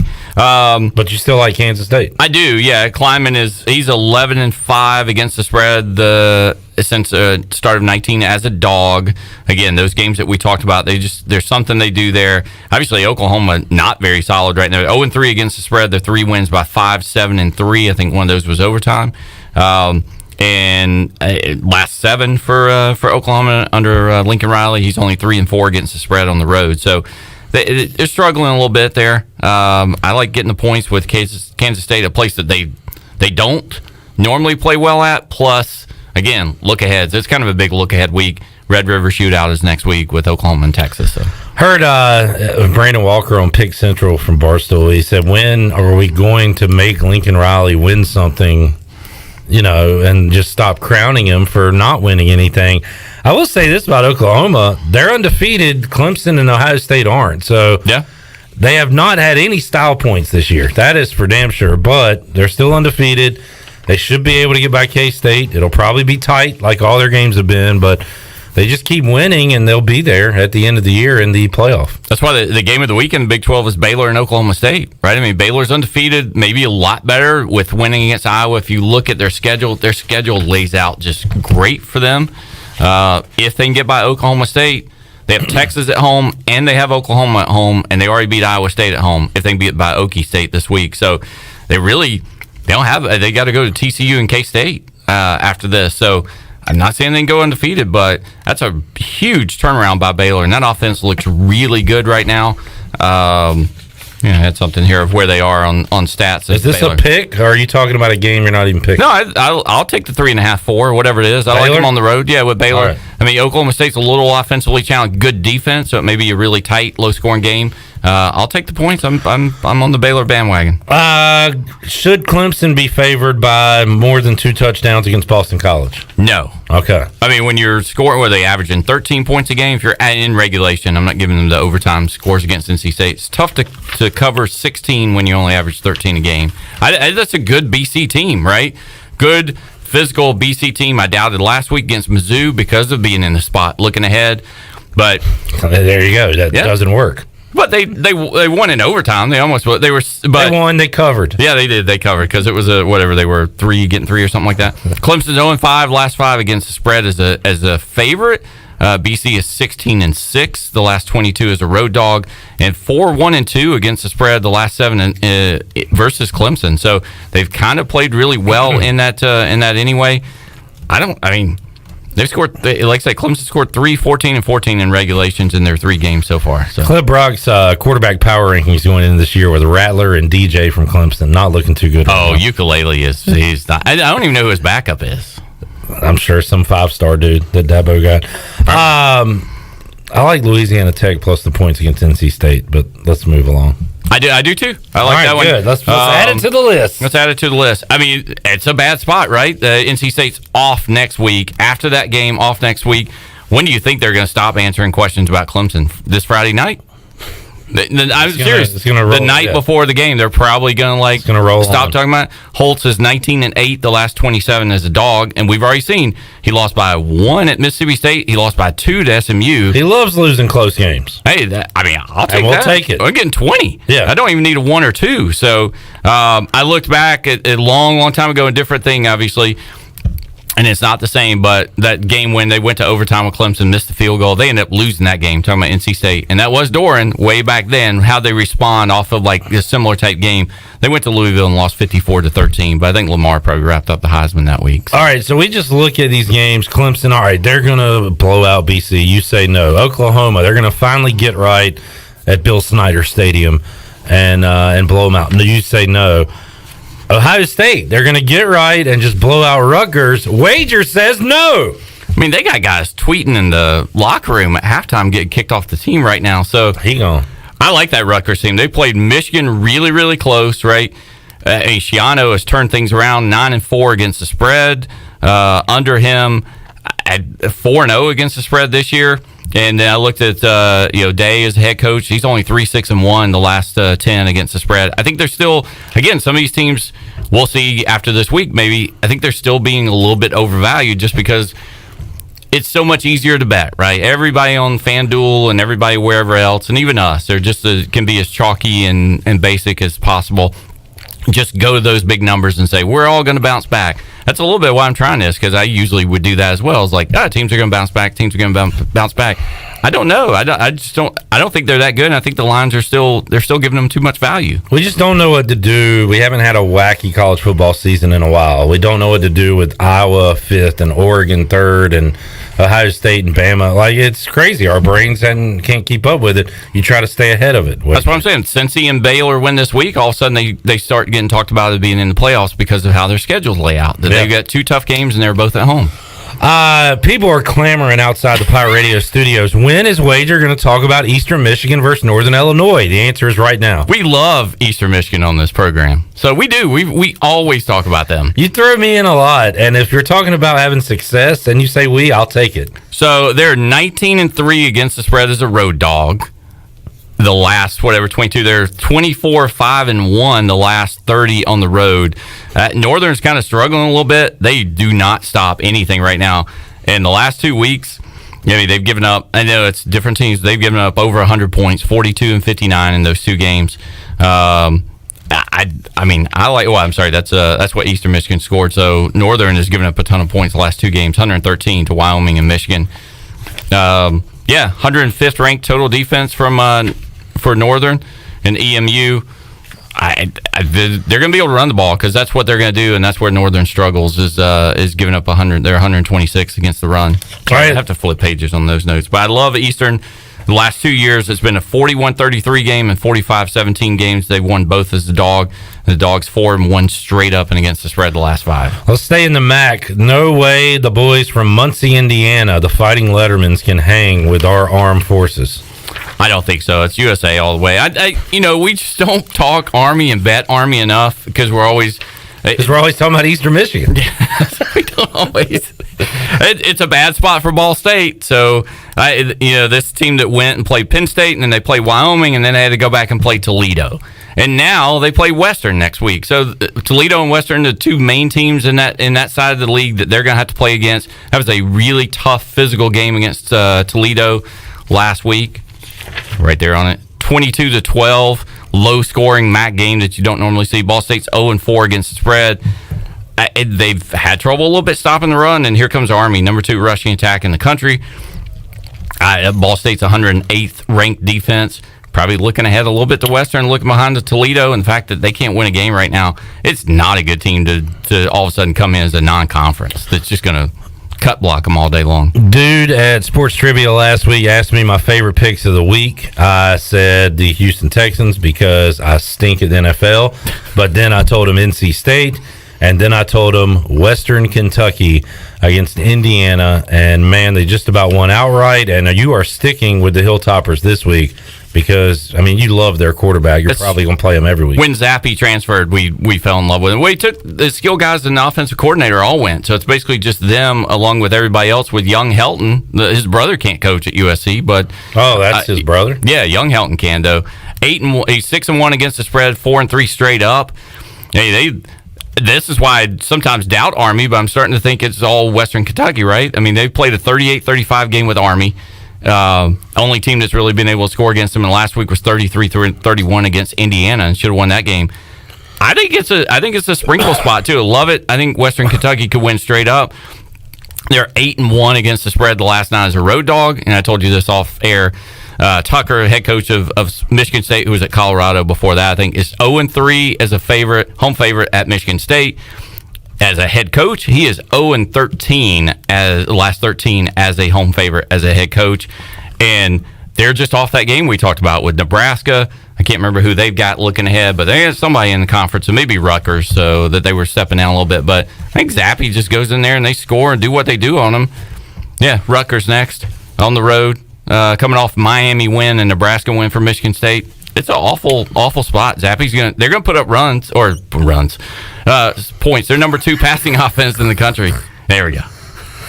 This will be game 2 of the Conference USA Big Ten doubleheader. I didn't know they were doing a Conference USA Big Ten challenge. Charlotte, Illinois will be the appetizer. Oh, I think Charlotte wins that game straight up too. I love that. I got Charlotte in that game. I know you plus do. 11. We're gonna parlay those two, and we're gonna parlay the money line in those two. Conference USA money line parlay Big Ten challenge. Yep. Illinois is just 2-7 against the spread as a chalk. Belima, however you say his name, is 5-14 straight up. His last 19 games. How'd he get a job? How'd he get a job as head coach? Because he coached in the SEC. Yeah, we think he's good. So he's 7-11-1 against spread. I think Club Lit goes up there and wins it.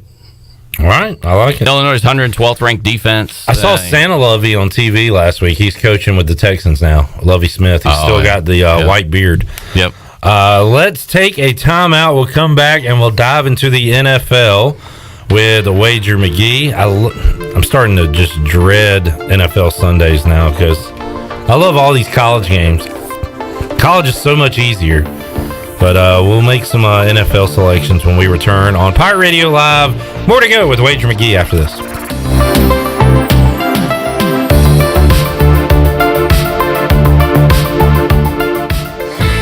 At West Park Motor Company, customer satisfaction is the #1 goal, while offering a wide range of cars, trucks, and SUVs at very competitive prices. West Park also offers financing, service, and is your local ARE camper shell dealer east of I-95. Outfit your truck with the best technology around with ARE Camper Shell at West Park Motor Company. West Park Motor Company with locations in Greenville and Washington, and proud courtesy car dealer for the Pirates for over a decade. Go Pirates! Do you suffer from pain, anxiety, or sleeping issues? Eastern Healthcare has a solution for you. Eastern Healthcare is the premier CBD store with retailer quality products to help with any ailment you might have. They carry nationally recognized brands such as Curative's Delta 8, CBD Distillery, and Charlotte's Web with a wide variety of delivery systems. This is Adam from Eastern Healthcare. Come visit our store at 2245 Stantonburg Road across from Vidant Hospital or call 227-4199. Eastern Healthcare. Wellness starts here. Hi, this is Jeff Charles, and welcome inside the booth. The non-conference schedule this month, the AAC schedule starts next month. I'll have some thoughts right after this. There are lots of reasons to love the Carolinas. We have awesome beaches, beautiful mountains, great weather, friendly people. We have some of the best teams to root for and the best schools to be a part of. But the one reason above all others to love the Carolinas? Pepsi Cola. Somehow, it just tastes different here. Better. More refreshing. No one can really explain why. All we can guess is, it's better here because it was born here. Pepsi, born in the Carolinas.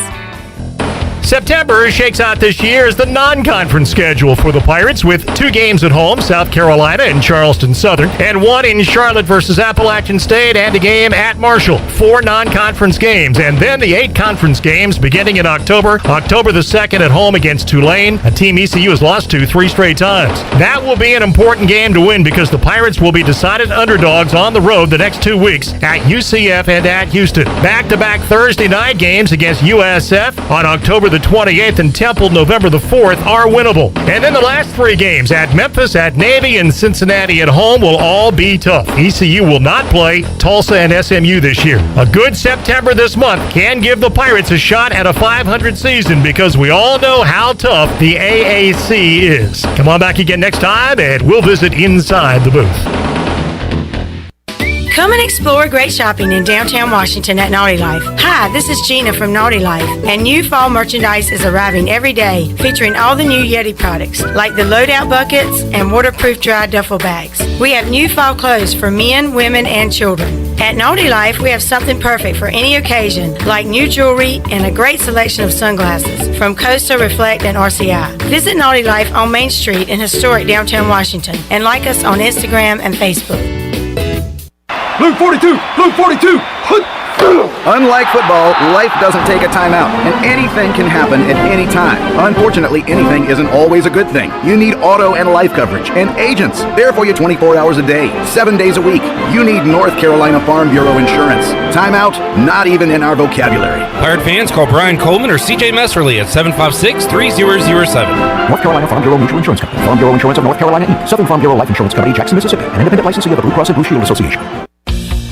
Hey Pirate Nation, be sure you have the best comfortable shoes this tailgate season with a stop at Flea Feet. This is ECU alum Chris Lunyon, owner of Flea Feet of Greenville, and we provide solutions through one-on-one service to runners, walkers, and everyone in between. Flea Feet has the tools and technology to get you on the right shoe, including a 3D foot scanner that measures arch height, width, and more. Come visit us on Greenville Boulevard in the public shopping center right near the stadium. Be sure to run with us on Facebook and Instagram. Flea Feet, we run for you. Go Pirates! Pirate Radio. The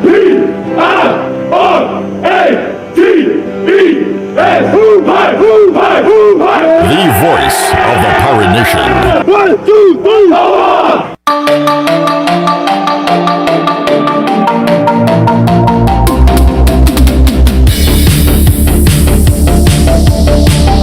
You're listening to Hour 2 of Pirate Radio Live. This hour of PRL is brought to you by Select Bank and Trust. Banking is banking until the service is not the same. Wouldn't you like to deal with a bank that is responsive to your needs, can make local decisions, and cares about you, the customer? Try Select Bank and Trust. Bank local. Bank select. SelectBank.com. Now, back to the show. Welcome back. You work hard for your money at Carolina Wealth Management. We believe that your money should work hard for you. Do you know if it is? To learn more about your investment portfolio, go to mycarolinawealth.com to schedule a free consultation. That's mycarolinawealth.com. Now let's head back into PRL. Here's Clip Brock. Back with you on Pirate Radio Live. We got Bryce Williams coming up in Hour 3 as we'll talk more East Carolina football, get into our Bud Light ECU report. You'll also hear from East Carolina safety Tegan Wilk. Man, he's played some great ball so far this year. And also Pirates offensive lineman Fernando Fry. That and a lot more coming up in hour 3 of today's program. We just went down a long list of college football plays for Wager McGee. Wager, we are opposite one on the NFL. I never take my team. I bet it.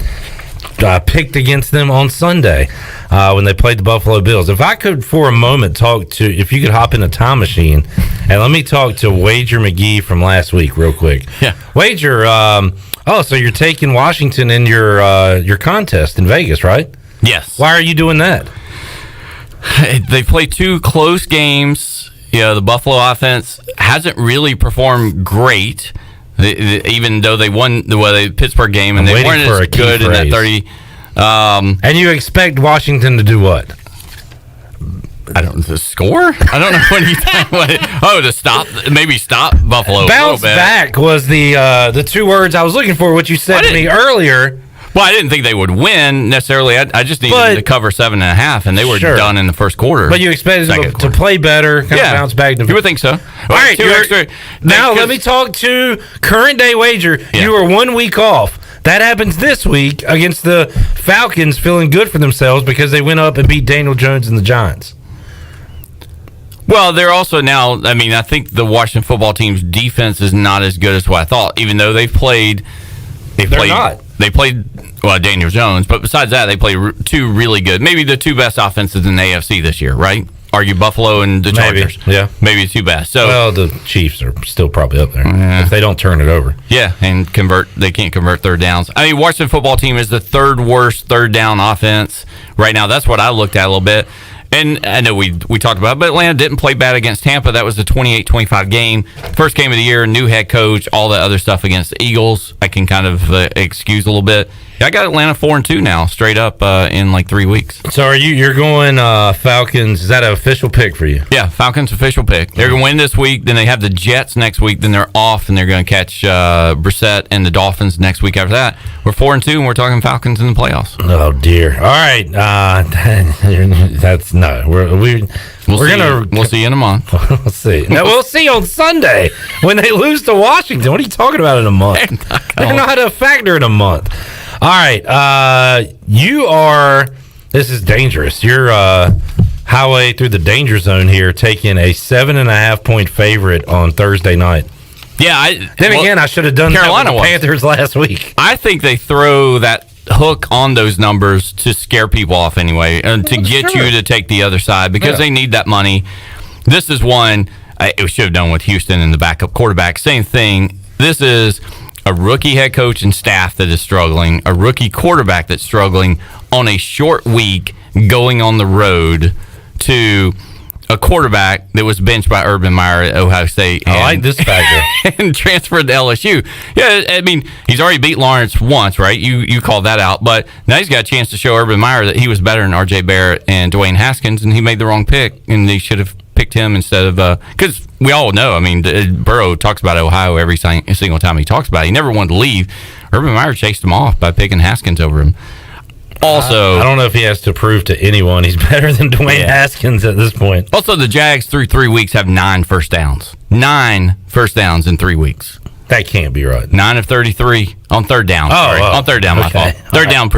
So they've converted 9. They're the worst team in the league in third down percentage. And now you got a short week to kind of prepare for this.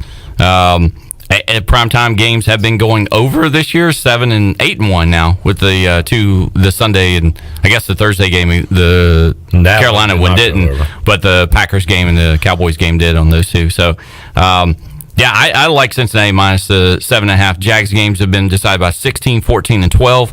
Probably not even that close in those games. Take the Bengals they'll be 3-1 after this, right?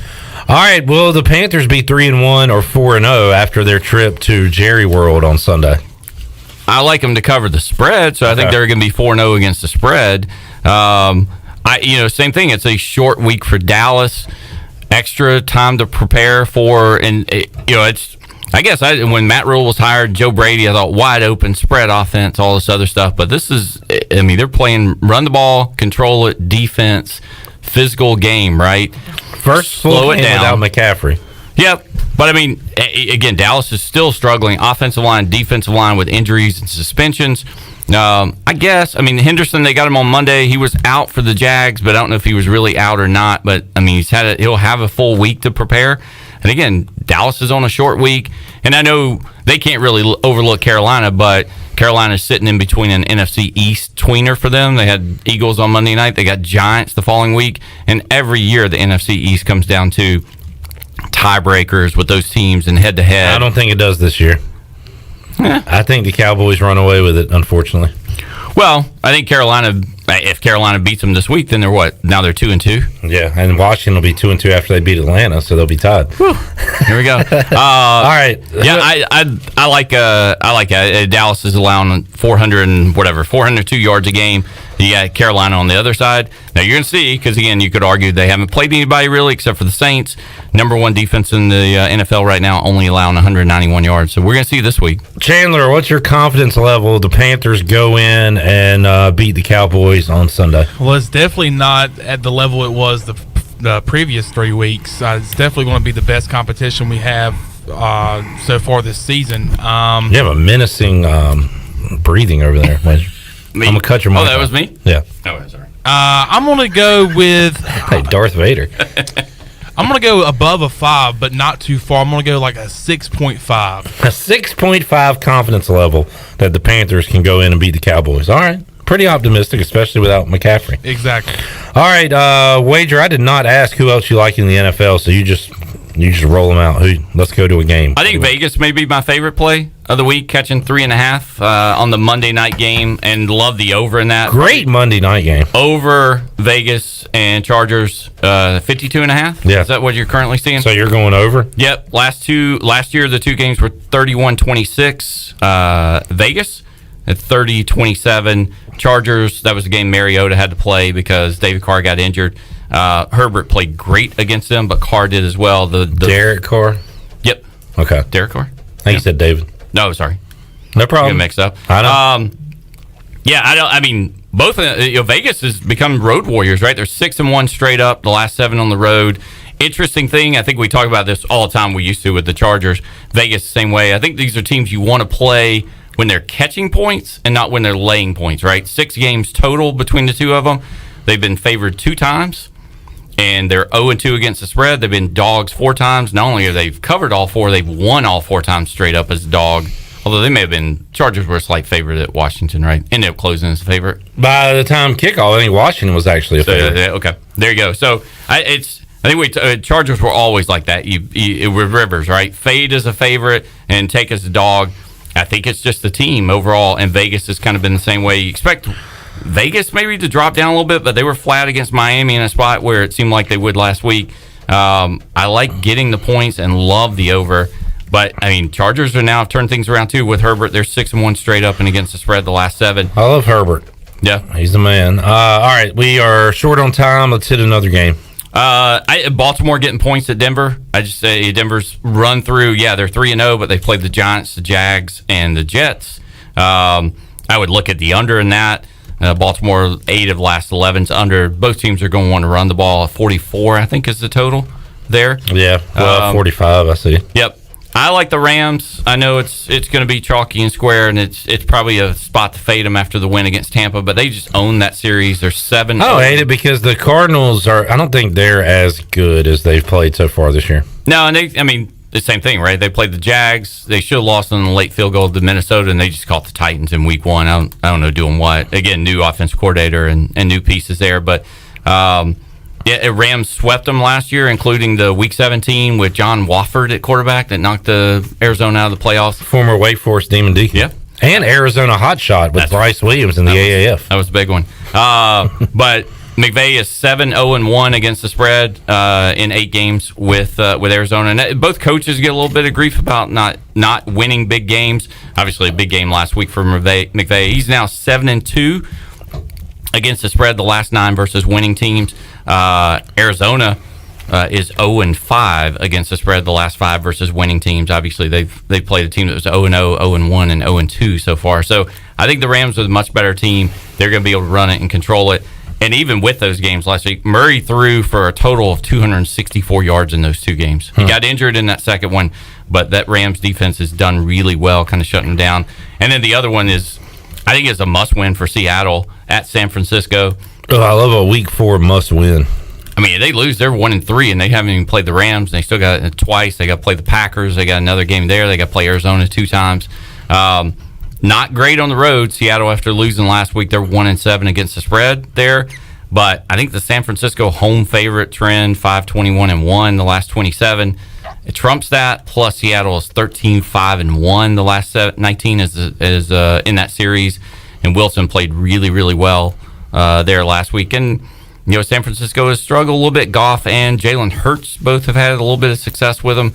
I like catching Russell Wilson getting 3 there in a game where I know he needs to win. So, all right, I like the football team. I like the schizophrenic Vikings at home against the Browns. I do too. Browns are, we were 2-6 against the spread as a favorite. And you look at the Vikings team now, number 3 total offense. Again, lost in overtime to the Bengals. That one's looking better, right? Missed the field goal at the end against Cardinals. Should have won that, and then absolutely took that game over last week after going down 10-0 or 14-0. I like that spot. And then where's Cleveland? I mean, beating Houston, Chicago the last 2 weeks. This one's gross. I kind of like the Giants plus 7.5 against New Orleans on the road, just because the Giants have played too close. Like, I think they're a bad team, but they can play with just about anybody in the NFL. That's they are my thinking. Yeah, they're 10-1. The last 11 is a road dog against the spread. So I love the under there. 42. Yeah, 14-4-1 to the under. In the last 6, when New Orleans is under, Jameis, I don't think that's going to be a high-scoring team. Those games have been ugly, low-scoring. I kind of like it. I mean, Giants, obviously, we talked about it's Dallas, but they can't look ahead to anybody. In the last 2 weeks, I mean, could have won either one of those games, lost at the end on field goals to football team and to the Falcons. And I might like the Packers to drive the death nail into Pittsburgh because they look awful. I don't have that one on here, but I do. I mean, Ben, I don't know if you saw that pass where he just tried to throw it and he basically kind of fell over. It's kind of sad. Do we laugh or do we cry? I don't know. It depends on, I guess, if you like him or hate him. I mean, you can usually predict what Aaron Rodgers is going to do based on, like, spots, right? He loses a game, he's going to bounce back strong. Last week, San Francisco, he's got to win that game. I don't know. He's got Cincinnati on deck, which will be a really good fun. That may be the best game of the week next week if both those teams win. I think Pitt is, I know they need to win, so it's one of those things must win sort of thing, but man, they look ugly so far. I mean, they've only 3 of 7 in the red zone. They can't run the ball. That's their problem. This is a team, by the way, that won at Buffalo a couple weeks ago. Yeah, things don't make any sense at all. But if you look at that one, that's a week 1 thing. They did nothing offensively. I know, they blocked a punt for a touchdown. Yeah. I mean, last 2 weeks against Vegas and Cincinnati, so not necessarily great run defenses. That Pittsburgh, and those games weren't blowouts to begin with. Pittsburgh has run for a total of 84 yards. Yeah, Najee Harris had like 12 receptions or something. Like, they're just throwing little dump offs. They can't do anything. It's bad. I think Green Bay's defense is questionable. And again, they talked about San Francisco being able to run and threaten it. I just don't know if Pittsburgh is a team. You can score against Green Bay. I just don't know if Pittsburgh's a team that can attack and take advantage right now of what Green Bay's weaknesses are on defense. And you know that at home, Aaron Rodgers is going to score. Yeah, if that's 6.5, especially tease. I mean, we don't talk about teasers very much, but I mean, you definitely tease that down. Yeah, I've been really bad on those this year. Wager, thank you for joining us. Good luck. Thank you. How many games did we cover? Like 50? All right, we got 2, 4, 6, 8, 10, 12, 14, 16, 18 college, 2, 4, 6.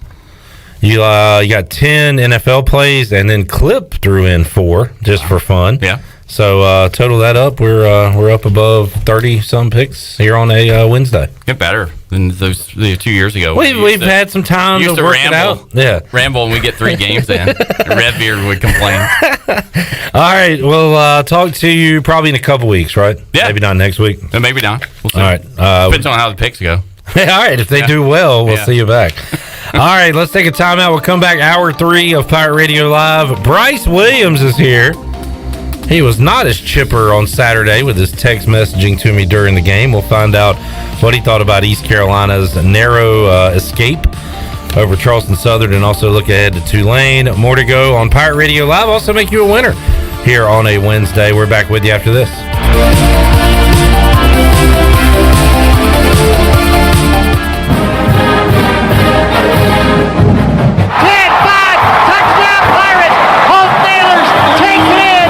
It's the American Athletic Conference opener for the Pirates as Tulane comes a-calling for homecoming. Tickets start as low as $35. It's the Pirates and the Green Wave in a 3:30 kickoff. It's time to get rowdy and dowdy. East Carolina and Tulane to kick off the American Athletic Conference schedule. You can paint this one purple.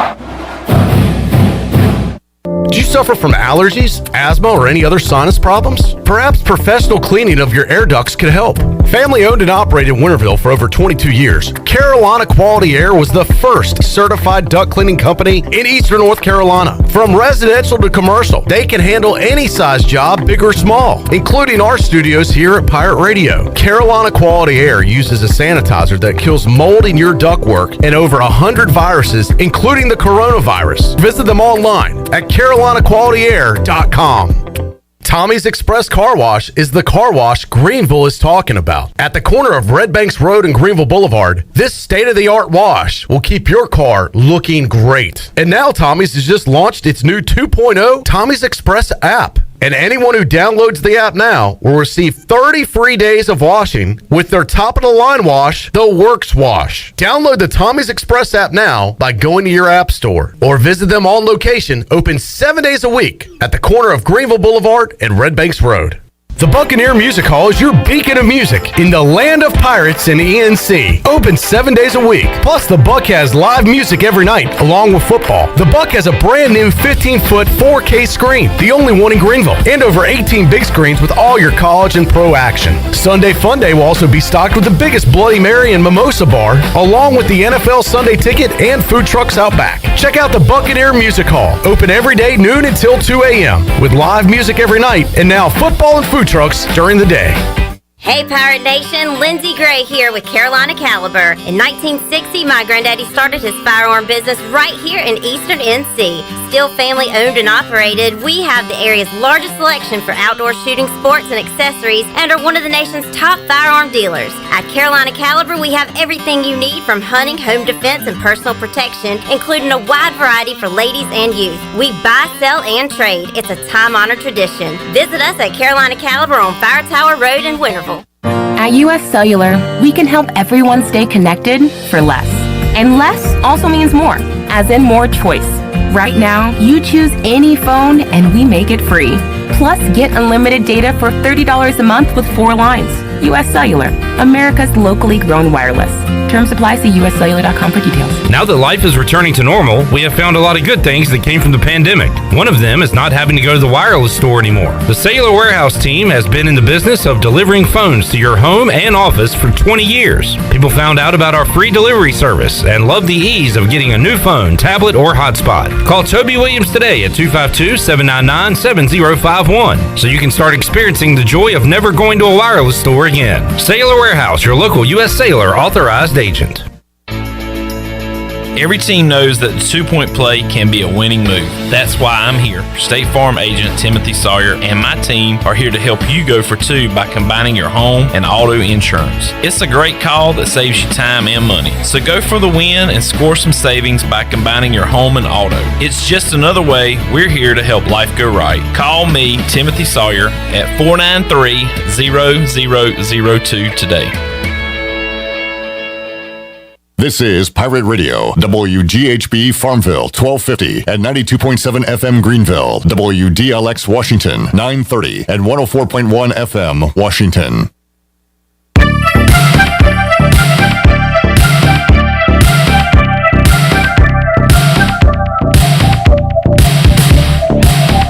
You're listening to Hour 3 of Pirate Radio Live. This hour of PRL is brought to you by Bud Light, reminding pirate fans to stay in the game and drink responsibly. Bud Light, the official beer of the ECU Pirates, and proudly distributed by Carolina Eagle Distributing since 1989. Now, back to the show. Welcome back. Eastern North Carolina's choice for window tinting, signs, graphics, wraps, graphic design, and more is Signs and Tint. Be sure to stop by their office at 801 Staten Road in Greenville, or you can book an appointment online at signsandtint.com. Now let's head back into PRL. Here's Clip Rock. Hour 3 of Pirate Radio Live. Clip Rock here. Bryce Williams here on a Wednesday. We'll go Pirate Radio Outdoors later on this hour and also make you a winner. Open up the Pirate Radio booty bag as well. Bryce, good to see you. How you doing today? Good, brother. Hey, brother. How are you, brother? You got a pretty good deep voice there, Bryce Williams. I don't hear you break that out often. I know. Shoot, it's... There we are. You a good singer? You know, Anna says, you know what? Anna says, you know what, you do actually don't sound bad. Then she's like, but then you just get all... You start going downhill because you get feeling awkward, I guess, when she's there. So, I mean, I kind of sing. Now I remember when we used to play your theme before we got on YouTube and we could play music, you would come out red hot. Right. I saw the night. Like you would bust it out, and then by like the third line, it would get a little shaky. Yeah, I think it was more of a, you start off real confident, and then you're like, wait, you're hearing yourself, and then just, like I said, just falls off of that. But, you know, we were singing... every Christmas, and my grandma's, you know, they're like the 12 days of Christmas. And they have the glasses, and you choose, you know, you kind of choose what you want out of that. Well, I chose 5 golden rings last year, right? And, you know, I was like, yeah, did the 5 golden rings. Oh, that's what you chose to sing. That's what I chose to sing was that cup. I chose that cup. So, I think everybody was actually impressed. My grandpa, you know, he sings in the choir. I was going to say. And, yeah. Well, dang, Bryce, you actually sound pretty good. I was actually going to say you'd make a good future, like, old man in the church choir with the deep voice. I might have to try it. Yeah. But I enjoy singing. I don't know if I would say I'm a good singer, but I don't. It just, honestly, it depends on what song. Yeah. Like I can't sing Jason Aldean. It's more like Black Hawk or Diamond Rio. Older songs. Okay. George Jones. When you were doing your deep voice a while ago, it sounded like one of those truck commercials. What truck? Like Sunday? No, what do you mean? Dodge Ram. Oh, like Sam Elliott, who does those voiceovers. Yeah. Dodge Ram. Ram tough. There we go. Yeah. So, but yeah. All right. Great start to the program. Yeah. We started there because Bryce was not too pleased with the Pirates on Saturday. At least judging by your lack of text messaging.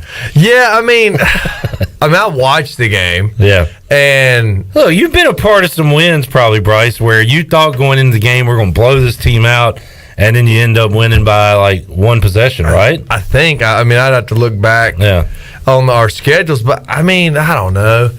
You know, well, of course, you know, they started off early like 14-0. Them, and I saw the plays. I'm like, all right, you know, mess happens. It was like the first quarter or whatever. I wasn't too worried about that, but I was like, okay, what's going on here?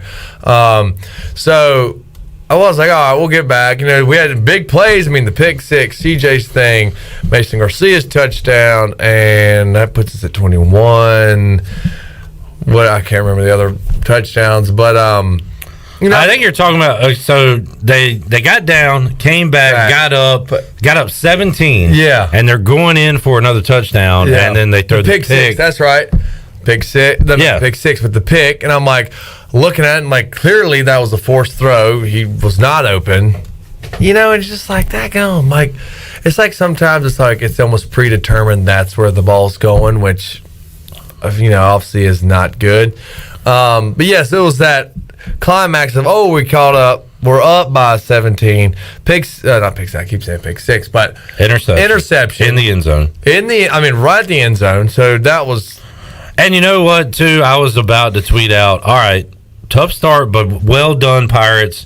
You got off to that slow start, but you took care of business. You're up 24 now. Exactly. Get the backups in. Right. Call it a night. Right. But instead, that kept them in the game. Yeah. So you're starting, and then Ahlers throws another pick after that. And looking at that point of view, it's all, you know, maybe it was predetermined as well. I don't know, but you're thinking like when you saw the replay, that DB's hips were not turned upfield. From what I remember seeing, he was still. Hips were turned to the receiver. I mean, just in the perfect break position to make a play on that ball. And what do you know? that's what happened. And I was just like, well, what? So that was very frustrating. And then, how I kind of everything else was kind of a blur. I was just like, really? And then we went by 3. I don't like to hear this. I guess it's okay. And I guess it's a good thing that the players acknowledged it when we talked to them Monday. But they admitted that maybe they just weren't ready and they didn't prepare serious enough and hard enough. And Shirley, let's hit this is Holt Nailers, Rajay Harris, Xavier Smith. I put them all back to back to back from Monday, where they talked about their preparation last week for this game.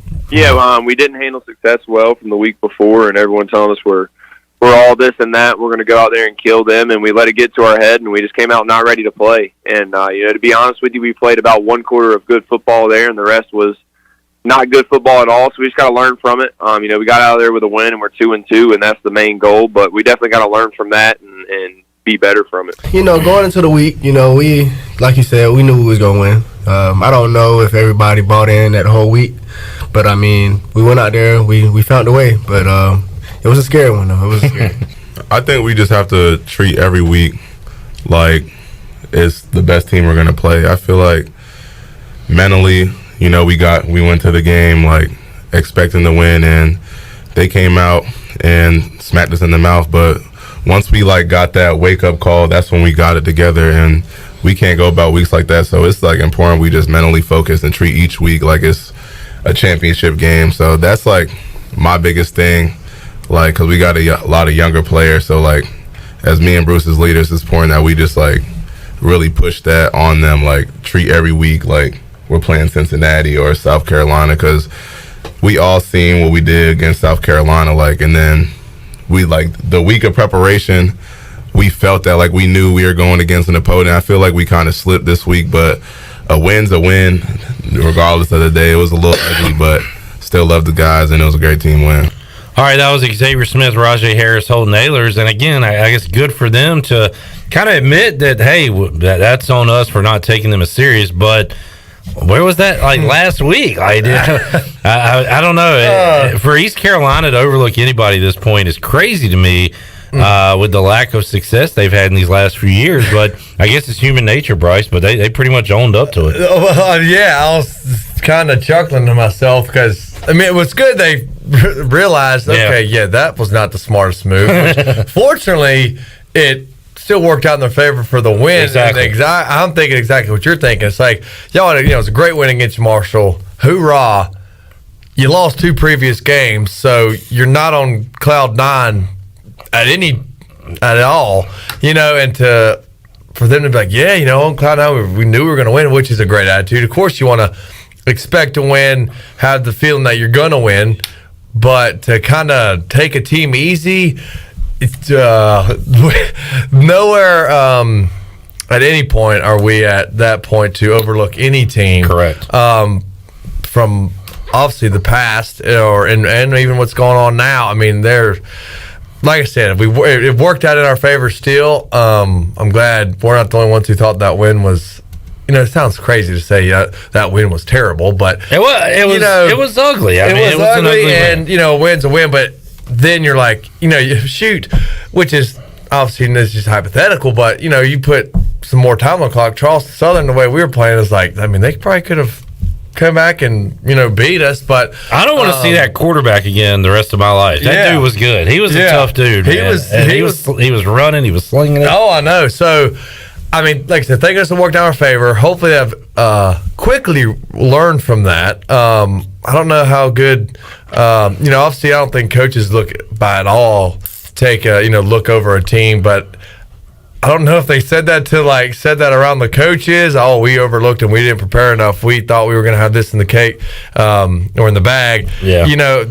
I hope Coach Houston doesn't hear that, because that would probably they'd probably get an earful. He probably, he recognizes it as well now that it happened, and it's shocking to me because I know for a fact he wanted that game because he was 0-3 against that particular team heading into the game, which is another reason I was shocked that they just weren't prepared, because I know how much he wanted to win that game. So they needed a wake-up call. You make a good point. It's better to happen in a win than a loss. Right. So hopefully I expect the preparation to be 100% better. For sure. Those guys coming into this week. There's a difference between confidence and being ignorant, or however you want to say it, but still be confident out Tulane, but you act like you play to obviously play to win, but you have the mindset like, I gotta give them all. I'm not gonna overlook anything. I mean, I never, in my career thought, I mean, you knew we were gonna win, but you're never like, I'm just gonna slack this game because I think it's gonna be easy. By no means. Well, look, it might be on you, Bryce. You pick them to win every week. They're listening to you. That is true. Maybe you should pick against them one week. Can't do it, can you? I can't do it. Bryce, let's go back in time to November 22nd, 2014. I'm getting ready for some great Thanksgiving food with the family. And East Carolina knocks off Tulane 34-6. Bryce Williams in that game had 3 catches for 23 yards because they wouldn't take Justin out. He had 9. Yeah. Take Justin out, Donnie. I know, man. Give me a chance. That is the last time East Carolina's beaten Tulane. Really? Yes. 7 years, Bryce. 2014. Wow. We never lost. Oh, no, we did. Yeah, you lost a bad one on the road there. Yeah, in 13. In the freaking... Oh, that was 13. So we won the next year. But can you believe... I can't believe we lost to Tulane that year. Was that in overtime in 13? I remember that was a bummer of a game. Chandler, do you remember that L? Yeah. I do. I can hear it in your voice. You don't want to discuss it. No. Let's look it up real quick just for the pain. 33 overtimes it took. Golly. Now this was let's see if Bryce got any action on this. I think this one Hardy had like 17. 2 catches, 34 yards. Look at that. A good call on Justin. I remember that. 17 catches, 230 yards for Justin Hardy. Yeah, I remember that game. I was like, and I was able to sneak in a nice 2 for 34. I want to say Shane had a pick in overtime. Yeah, for a pick 6. In overtime? He had a pick 6 in that game. Well, maybe it wasn't in overtime. It wasn't in overtime, but he had a pick 6 in that game. So Tulane has won 3 in a row in the matchup. You got to go all the way back to when Bryce was playing in 2014 for the last time we beat this team. And look, they brought in a good coach. It shows. They have gone to bowls in 3 straight seasons, Bryce. That's the longest bowl streak they've been on in their football program's history. Yeah. So they know what it takes to get to a bowl. I think Igo and others have made good points this week. Tulane is kind of what we want to be right now, which is middle of the road. Yeah. We're not asking for ECU to go win us a conference championship and beat Cincinnati this year. Yeah. Hopefully that comes later. This year we want to get to a bowl game. We want to be we want to be in the top half of the league. For sure. That's where Tulane's been, and this is why this game, Bryce, is a huge game, not only for this season, but I think for Mike Houston and his tenure here. Yeah, I think it'll definitely be a good game, like you said, middle of the road. And like, I don't want to regurgitate everything you said, but yeah, I mean, that would be great. And it's our first conference game. So, I mean, to obviously beat, have a first conference game at home, so that's huge. I mean, I'm hoping we can pull it together, man. Like I said, we see how we can play Marshall, referring to Marshall, and we played, had some good stuff obviously last week, but it's all conference throughout here. It's the rest of the of the road. So, we've got 2 wins. Well, I guess, does the Charleston Southern count towards? Yeah, ball? Okay. You can count one FCS game. Okay, to a bowl. All right, well that's good. So, we're a quarter, no, a third of the way there. That's right. So, good math. Hey, yeah. Took you a minute, but yeah. More numbers for you, Bryce. This will be the latest into a season East Carolina has had a winning record if they can win this game since 2015. Oh wow! When you were here, it'll be the first 3-game win streak since 2014 when you were here. Dang. So look, you're a grown man. You're about to get married. You're working. We got to go all the way back to Bryce Williams' glory days on the football field. Golly. And that is how long we've been in this drought with ECU football. Man, that's definitely hard to think. That's because I guess it's going on six years for one, 7 for the other. And we live it every day, but when you bust out those numbers, it is dang. Man, I don't feel like it was that long ago, but son of a gun, I'm working on a decade here. All right, let's take a timeout. We'll come back. Got a couple of interviews to hit. We'll hit at least one of them. I want to hear from Tegan Wilk because I don't think I've ever heard him talk before. He is a playmaking safety for East Carolina that's played well this year. We'll go Pirate Radio Outdoors, and at the end of next segment, we will make you a winner and open up the booty bag. A lot more to go in Hour 3 of Pirate Radio Live after this.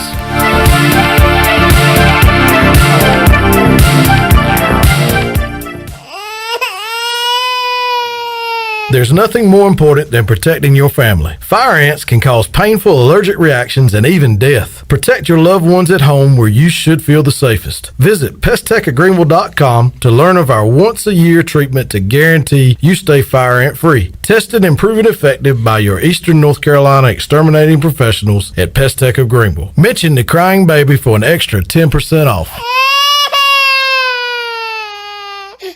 Hey Pirate fans, Derek Pizzeni from Carolina Wealth Management. Are you a fiduciary? That's a question every investor should ask their advisor. A fiduciary is an individual who acts in the best interest of a particular person or beneficiary. Is your advisor a fiduciary? You should know it's your money. At Carolina Wealth Management, we do things differently from other investment firms. To learn more about the benefits of working with a fiduciary advisor, visit mycarolinawealth.com. That's mycarolinawealth.com.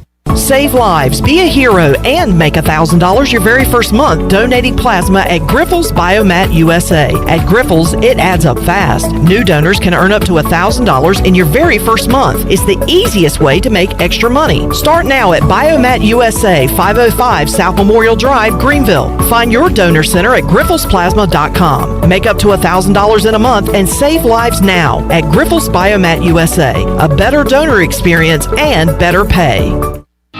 Guess what, Greenville? Calzones are back.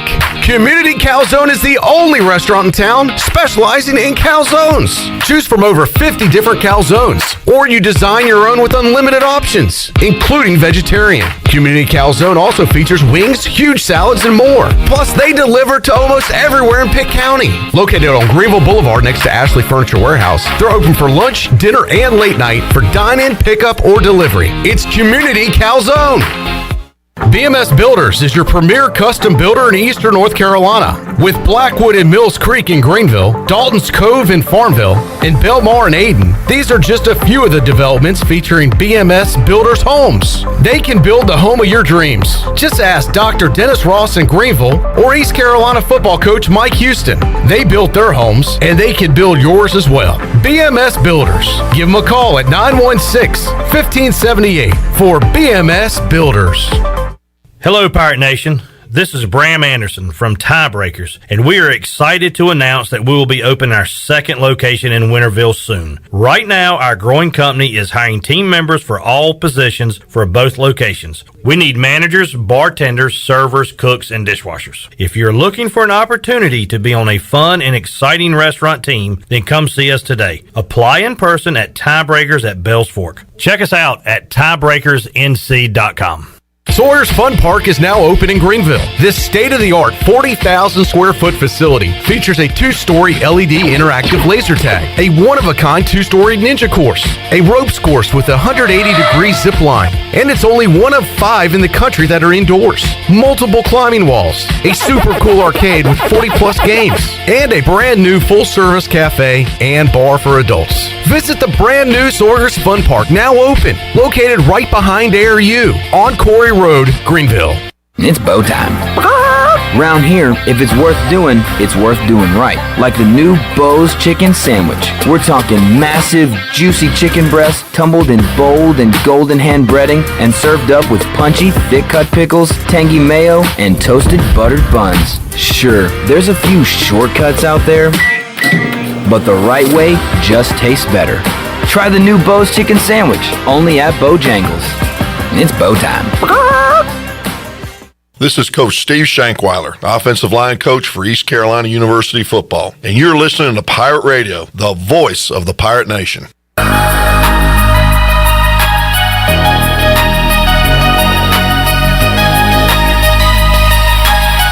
You're listening to Hour 3 of Pirate Radio Live. This hour of PRL is brought to you by Bud Light, reminding Pirate fans to stay in the game and drink responsibly. Bud Light, the official beer of the ECU Pirates, and proudly distributed by Carolina Eagle Distributing since 1989. Now, back to the show. Welcome back. Live well, move more, and hurt less with Kinetic Physical Therapy. If you're recovering from an injury, getting back into sports, dealing with everyday pain or fatigue, then Kinetic Physical Therapy can help you get back on track and live well.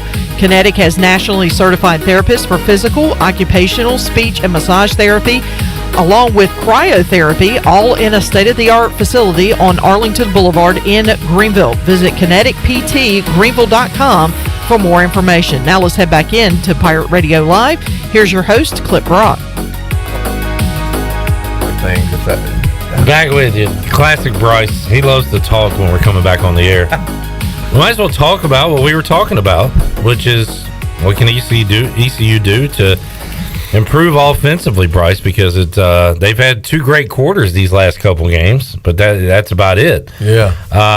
And you were kind of going, as we were coming on there, you were talking about the routes running. Like, what were you saying there? I don't know. I'm trying to obviously think back to all the plays I've seen throughout at least this season. I don't know. I feel like I'm seeing a lot of more perimeter routes. Nothing like cutting through the defense, over, in the middle of the field, or mesh routes, or over the ball. From what I'm trying to reflect on, I don't know. It's just nice to be more consistent. Like I said, we've had great quarters. Yeah, we haven't had like consistent games and things like that, especially with the offense. And you're just like, I don't know what to get working and what to do. And look, I know Donnie would love your input if you want to give him a call.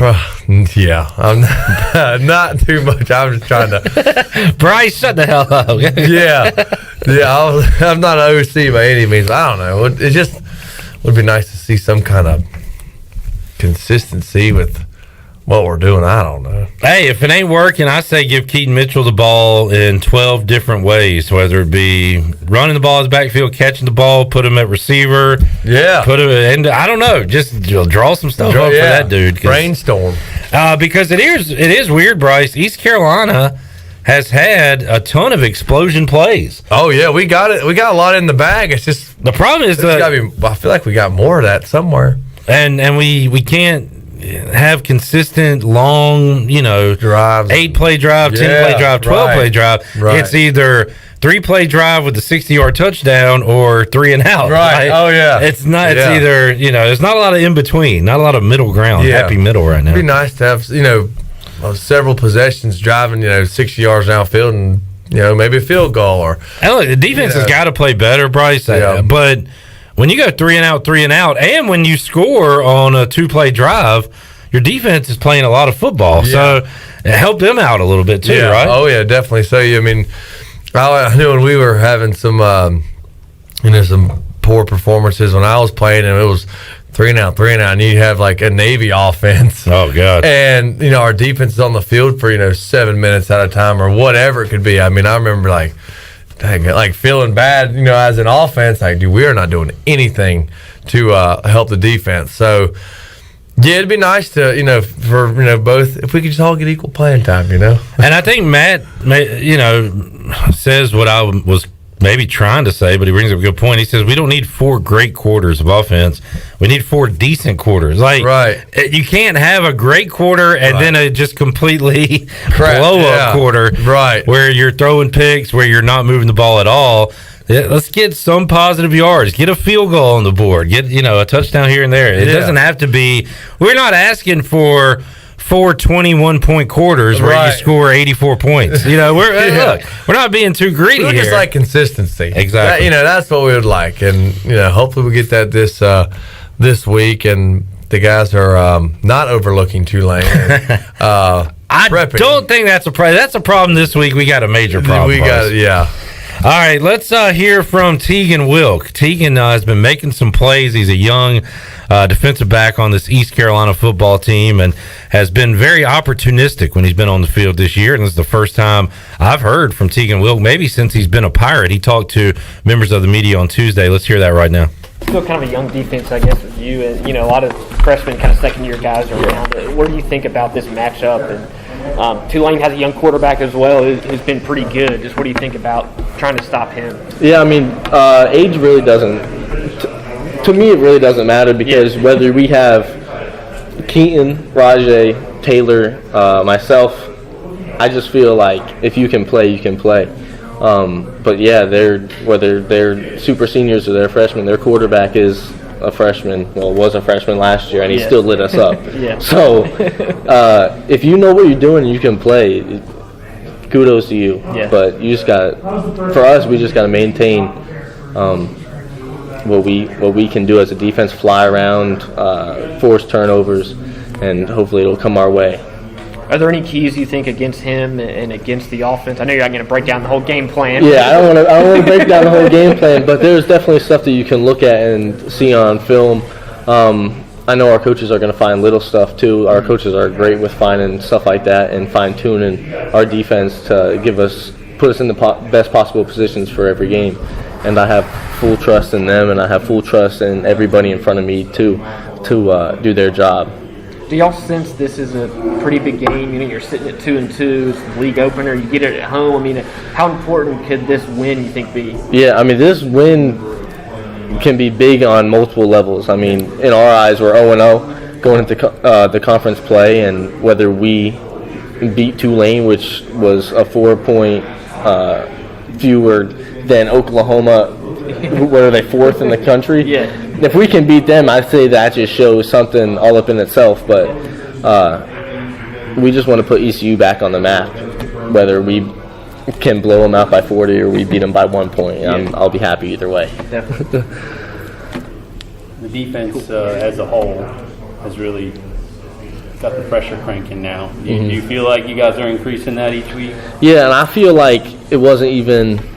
I feel like it started last year against SMU too. Like you could see on the sidelines, but we're definitely playing together, and we're definitely playing as physical, and we fly around to the ball as much as we possibly can, and that definitely benefits in every single way possible. Jaquan was saying after the game that was a defensive pick six, and it kind of seems to be the attitude of all you guys is a defensive sack, it's a defensive hit. Is that kind of the way it is? Yeah, that 100%, and you can't play good in the secondary without good pressure in the front.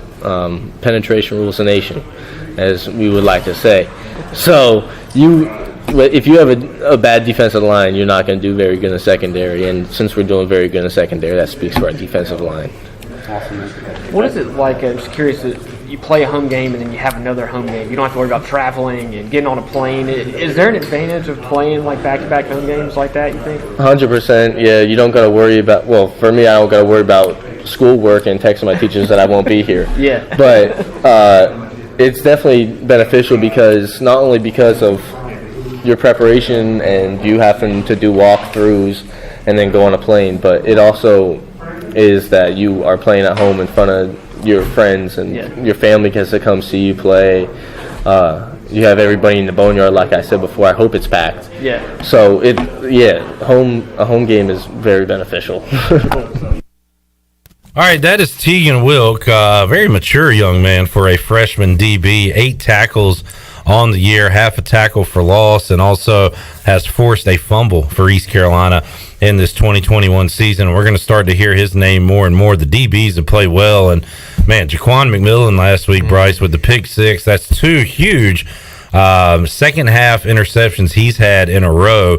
Had the game clincher against Marshall and had the only points for ECU in the second half last week. And when you look at the final score, it was the difference in the game because they only won by 3. So the DBs have played pretty well, I would say, even though Charleston Southern had a lot of passing yards last week. But Jaquan McMillan, Tegan Wilkin, those guys playing pretty good. We're going to need them to step up because Michael Pratt, the Tulane quarterback, he's a young fellow that can sling it around, also run. Going to be a challenge this week. So we'll get Bryce's official prediction coming up a little later on in the program. I'm going to say he's going to take East Carolina, but we'll see. Maybe he goes against the grain for the first time ever. All right, Shirley, we need to open up the booty bag and make somebody a winner on this Wednesday. Booty, booty, booty, booty, booty everywhere. Booty, booty, booty, booty, booty everywhere. All right, Shirley, what do you want to give away today? A large 2-topping pizza, courtesy of Domino's. Sounds like a great prize. 317-1250. What caller are we looking for? Caller 10. Caller 10, 317-1250. You're a winner. We'll go Pirate Radio Outdoors coming up with Bryce Williams. We'll also hear from Clay Medlin from J.H. Rose High School. Great night for the Rampants last night on the court and on the field. We'll talk about that. And also coming up at around 6:05, a live edition of Pirate Radio Trivia presented by White Claw Hard Seltzer and A.J. McMurphy's. It'll be Clay Medlin from J.H. Rose versus Rob Maloney from D.H. Conley. We'll have the high school face-off. Got some trivia planned, so stick around for that after we're done here on Pirate Radio Live. More to go when we return after this. There's no better time to drive away with a quality pre-owned car, truck, or SUV from Greenville Auto World. Greenville Auto World is your authorized rough country dealer. We specialize in lift and leveling kits along with custom wheel packages. Whether you're looking for ground clearance or enhancing the appearance of your vehicle, trust our team for your off-road experience. Greenville Auto World, 3840 South Charles Boulevard across from Hardee's at Bell's Fork, or online at greenvilleautoworld.net. Other food delivery apps charge surprise fees, but Domino's is giving away $50 million worth of surprise frees, like free pizza, lava cakes, or cheesy bread when you order delivery online. And we found some unique ways to get the word out. Like shouting from the rooftop! Free cheese! Screaming it! We even called Paul Revere. Free lava cakes are coming! Order delivery online and you could get a surprise free from Domino's. No purchase necessary. Open U.S. residents 13 and up through 11/21/21. Odds of winning are 1 in 14. See rules at surprisefrees.domino's.com for free entry, blackout dates, restrictions, and details.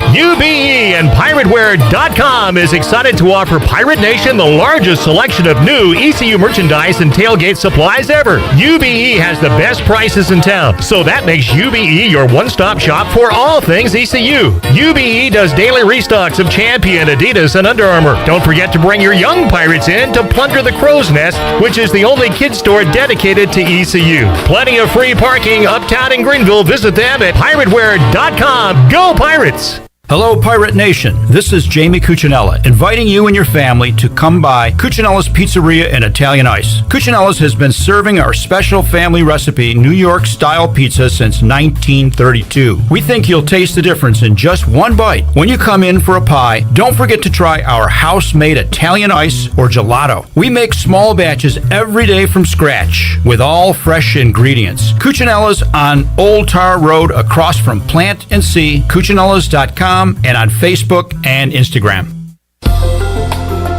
Hey Pirate Nation, this is Holt Nailers, and I couldn't do my job without my offensive line keeping me safe. Make sure your employees are safe by using ArcPoint Labs for your medical testing needs. From pre-employment testing to COVID test, ArcPoint Labs is there to serve Eastern North Carolina with accurate, reliable, confidential testing. Schedule an appointment at any of their 6 Eastern North Carolina locations or visiting them online at arcpointlabs.com. Go Pirates!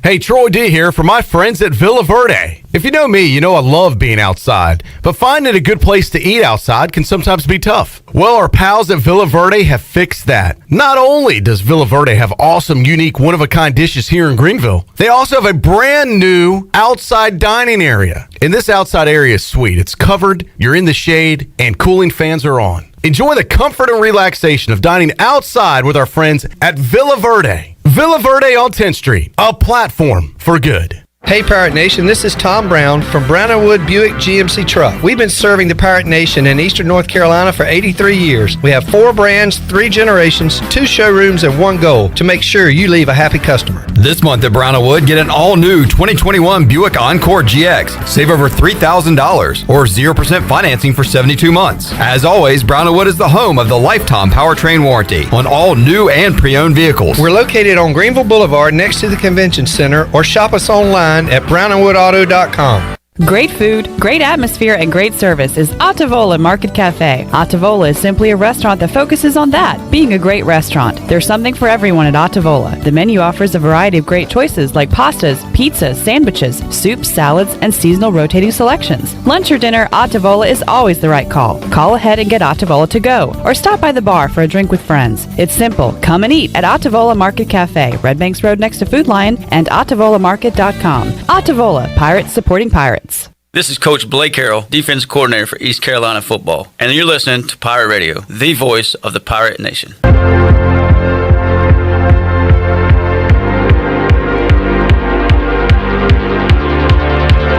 You're listening to Hour 3 of Pirate Radio Live. This hour of PRL is brought to you by Bud Light, reminding Pirate fans to stay in the game and drink responsibly. Bud Light, the official beer of the ECU Pirates, and proudly distributed by Carolina Eagle Distributing since 1989. Now, back to the show. Welcome back. Congratulations to Pam Odom of Winterville. Walked away with a large 2-topping pizza courtesy of Domino's. Domino's of Greenville has 3 locations to take care of you every day. All 3-topping pizzas are only $7.99 each for carry-out only. Order online today at Domino's.com. Now let's head back in to Pirate Radio Live. Here's your host, Clip Brock. All right, we got a reunited and it feels so good coming up Sunday night. Bryce Williams, Tom Brady heading to Foxborough. Oh man, to take on Belichick and the Patriots. Wow! And Brady's going to be breaking a passing record while he's there, all-time passing yards. So wow.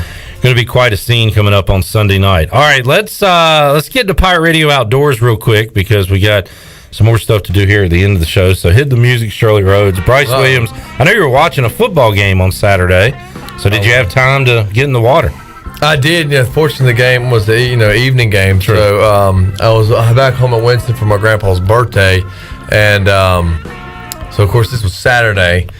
Saturday morning, I had a buddy who went deer hunting, so I was able to get in the woods for the first time. Oh, the deer woods for the first time this year, and it's been in for 3 weeks now. But it's been so hot, I'm like, well, daggum, why am I going to sit in the woods and just sit there, instead of being on the water, moving and winding my hair, And so you have a lot more hair for that wind to go through. Yeah. But I was able to get in the deer woods, and my buddy's like, man, and it always happens.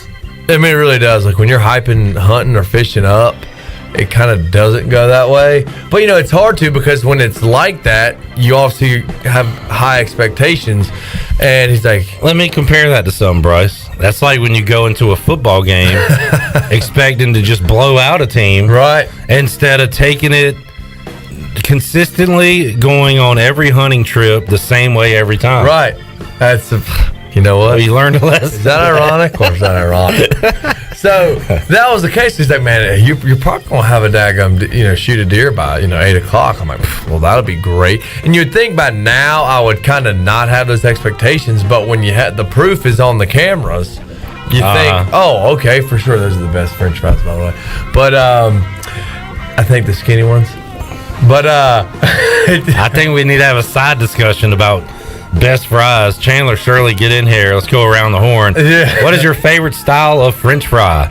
I'm gonna go shoestring. Shoestring. Are those shoestring or are those? Those are skinny. Those are pretty skinny. Yeah. Those typically are shoestring. I don't mind a crinkle cut either. Nice. I don't mind any of them. What are you like? What you're I like a waffle fry. Waffle. Yeah, well, I think Chick-fil-A's waffle fry. I do too. That's kind of what but those shoestrings, those are good for something about those things. So yeah, all right. I can't let Bryce get distracted again. Finish your story. But so we were out in the woods. I was like, all right, cool. It's I don't do good just sitting there. I think if I got my phone, time's cook. Get in before dark. Right before 7 is what it was. But sitting there like, okay, 7:30, nothing. 7:45, nothing. 8 o'clock, nothing. And I was like, okay. That's like being outscored 14-0 in the first quarter. Exactly. First quarter didn't go your way. Exactly. So I kept on sitting. And I was like, all right, well, I'll keep on sitting here. Thankfully I had my phone, killing time. And part of me was like, I'm just going to relax and just sit here in the quiet. Well, that lasted about 15 minutes. I was going like 15-minute intervals of on my phone, off my phone, trying to think. But long story short, 9:30, and I'm like, okay, I haven't shot a deer yet. My dad had his He rides cyclists or road bikes, and there was a Tanglewood was a multiple sclerosis Tanglewood fundraiser ride. So he had that at like noon. He would be finishing, and I was like, well, shoot, it's 9:30. I haven't shot a deer. And I mean, that process, if I was to shoot a deer at 9:30, you're probably not getting down to at least go look for it till 10. Then you got to drag it out of the woods. You got to go home. Long story short, it wouldn't have worked out. It probably worked out for the best so I could see my dad. So definitely not upset about that. So, but wouldn't you know it, 10 o'clock, after 3 hours just sitting there of nothing, sure enough, a mama and two youngins start middling in the corn. And, well, actually, the youngin was, and then we're behind me. So I, like, turned my head on the tree in that mama's head. They start doing this, like, bobbing, stomping their foot, bobbing, and I'm like, oh shit! I just rolled back around. A few minutes later, I'm like, okay, where's this thing? So I peeked around one more time, and she went whoop. We locked eyes, and she ran off. And I was like, well, I saw a deer. I had to wait 3 hours before I saw anything. But so when you go like that, you want to shoot one, obviously, but is seeing also like part of the experience, I guess? For sure. I mean, if the geese skunk while you're deer hunting is like, you're just like, well, I just sat there and couldn't do anything, had to be quiet. Yeah. For nothing. It really does feel like a waste. It really does. She's like, all right, well, cool. I'm glad I blew that morning. I could have enjoyed myself, had coffee, breakfast, and just chit-chatted and been comfortable. Instead, I got to hold a pee for 2.5 hours, 3 hours. Yeah. Hungry, which I did bring a snack, but it's always good to not get skunked. And here's the thing. The two youngins were on the verge of like being weaned off their mom. Like they didn't have spots. They're eating corn, so they could fend for themselves. But morally, I'm kind of like, I couldn't shoot the mom knowing the two youngins are right there. Hey, I like that message too. That's good. Yeah, so I mean, I wouldn't call it a successful hunt. It wasn't a skunked hunt because I saw a deer, but it was, but like I said, it worked out because I mean, if I would have shot something at 10, I wouldn't have been able to make it to my dad finish the race, hang out with them, yada yada yada. So, all right, it sounds like you had a 3-point win over Charleston Southern. Like it was not a great performance, but at the end of the day, you weren't skunked. You kind of just move on to the next. Exactly, you move on to the next one, and so hopefully I think we're going fishing this weekend. So on fishing, we'll see what happens. All right, there is Pirate Radio Outdoors. When we return, we'll hear from J.H. Rose Athletics Director Clay Medlin and Conley Athletics Director Rob Maloney. They're going to join me live after Pirate Radio Live on Pirate Radio Trivia, but we'll talk to those guys and more with Bryce Williams before we get out of here on a Wednesday edition of PRL. We're back with more after this.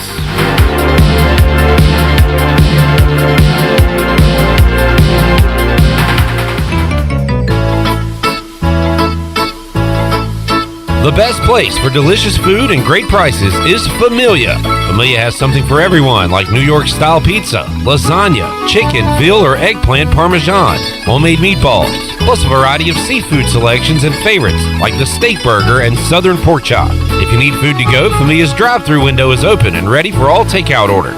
Familia, Fire Tower Road near Pitt Community College, and FamiliaNC.com. Here with Mike Mullis from Fixed NC. And Mike, you were telling me the other day, people ask you all the time, I didn't know you did that. What does that mean? Anything that involves property damage repair, call us first. If it's your crawl space, you've got interior humidity issues, a water loss, your ice maker line breaks, obviously fire and smoke, everybody knows we do those. But anything that involves interior or exterior property damage, we're your repair experts. Mike, how can everybody get in touch with you? 252-999-0001 or fixednc.com.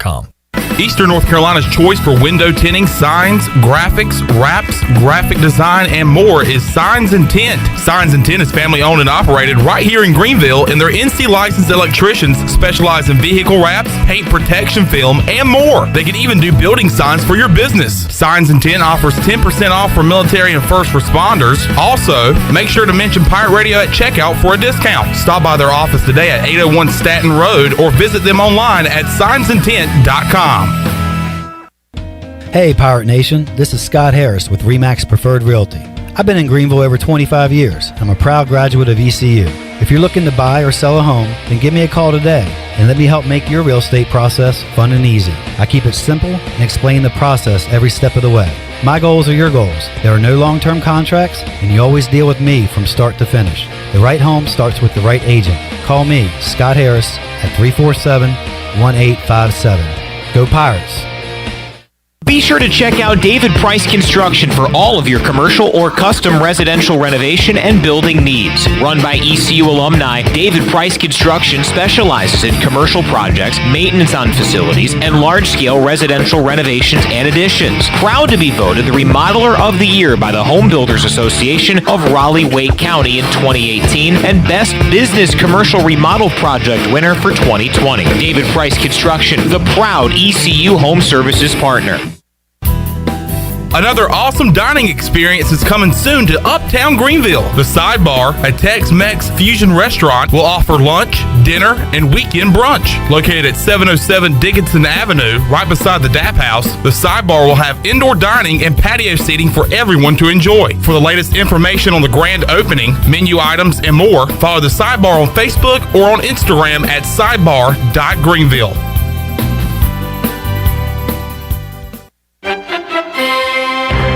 Discount Mattress and Furniture, 1501 Evans Street in Greenville. Everything must go up to 75% off. Air conditioners, $199. Refrigerators, $199. Dryers, $199. Queen mattresses, $199. ECU purple chairs, $99. Everything must go up to 75% off. Discount Mattress and Furniture, by the railroad track, 1501 Evans Street in Greenville. Winning is not everything, it's the only thing. While you're sleeping, our whole hogs are slow cooking over wood to create that bite that Eastern North Carolina is known for. I'm Sam Jones, and for more than 3 generations, my folks have been the torchbearers for what whole hog barbecue is supposed to be. At Sam Jones, you'll find plenty of smoke, but no mirrors. Everything, and I mean everything, is made fresh daily, including our sides, sweets, and sauces. Come on over and see us at Sam Jones Barbecue, and I bet you'll be able to taste our passion in just one bite. Sam Jones Barbecue, Fire Tower Road. This is DJ Ford, and you're listening to Pirate Radio, the voice of Pirate Nation.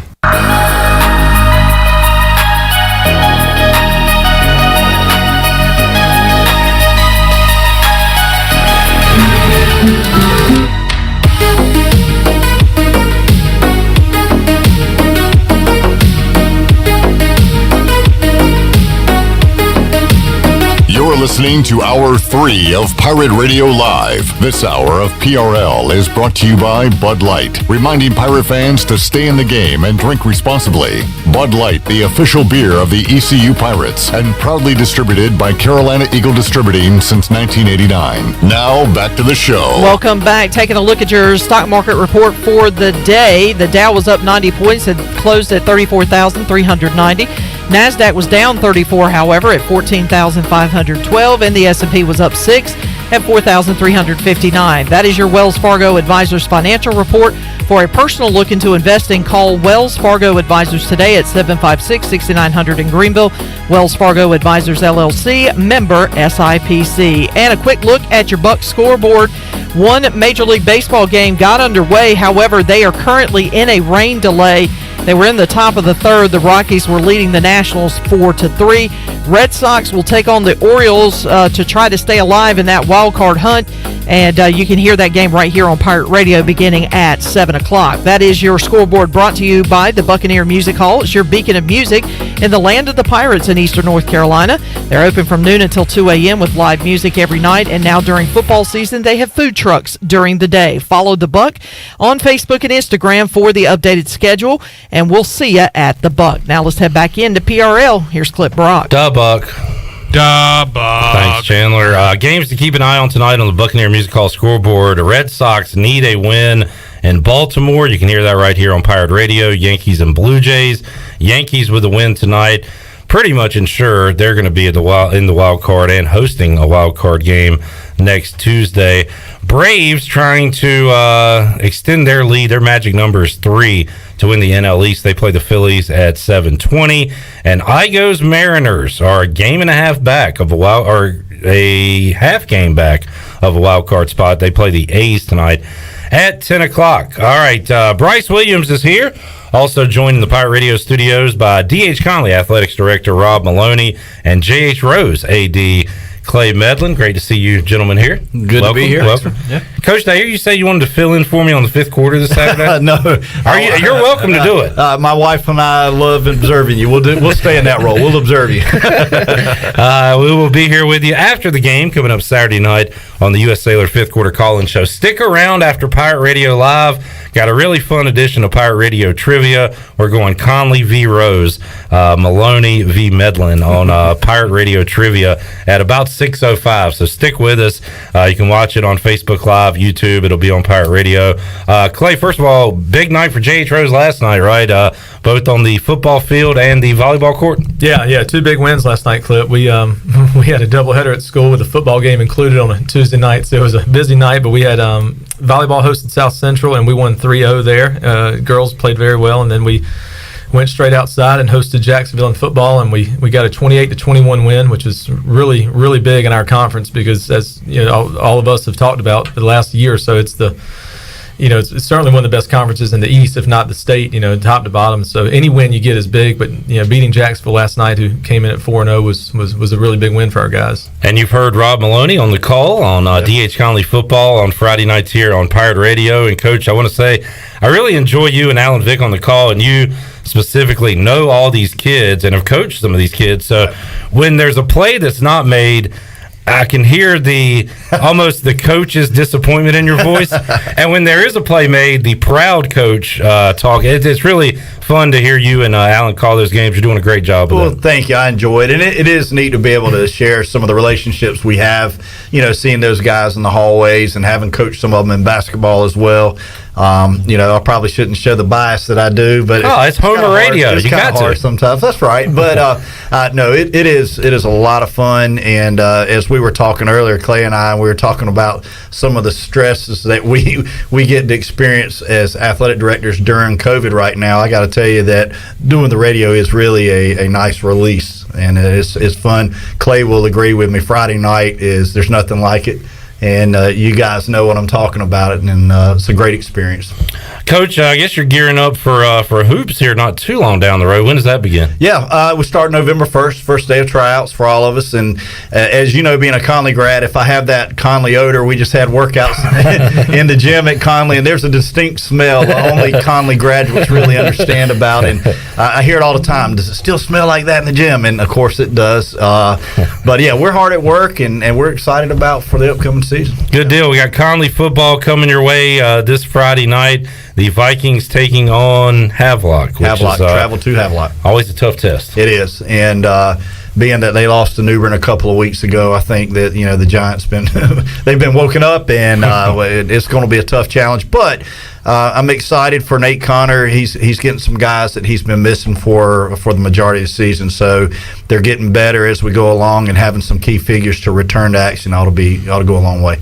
Clay, a quick turnaround for Rose. You guys back at it Friday? Yeah, we're hosting Northside on Friday. Yeah, that's a homecoming for us. It's a heck of a week for the guys. I mean, to get those legs right to be ready to go on Friday night. Yeah, we had South Central last Friday. Obviously, not a very far trip for us. Hosted Jacksonville last night and Northside Friday. So 3 games in 8 days is tough. Especially in this league. No doubt, and it is it's a tough league. That Brian Bailey takes credit for naming it the Big Carolina. Are you guys cool with the name? Yeah. We're cool with it. Okay, I have to agree. I can't take credit for it. Unfortunately, we have to give Bailey credit. Happened at Parker's. Yeah. We might as well just call it the Big Bailey from here on out. But it is, it's tough. How about as we'll get into baseball season later, but as a basketball league, we know it's a tough football league. How about basketball and baseball, guys? We'll start with hoops. Yeah, basketball's going to be a very difficult league, and you got the carryovers from our old league, and obviously South Central, and Chris Cherry Chris does a wonderful job over there. They reload every year,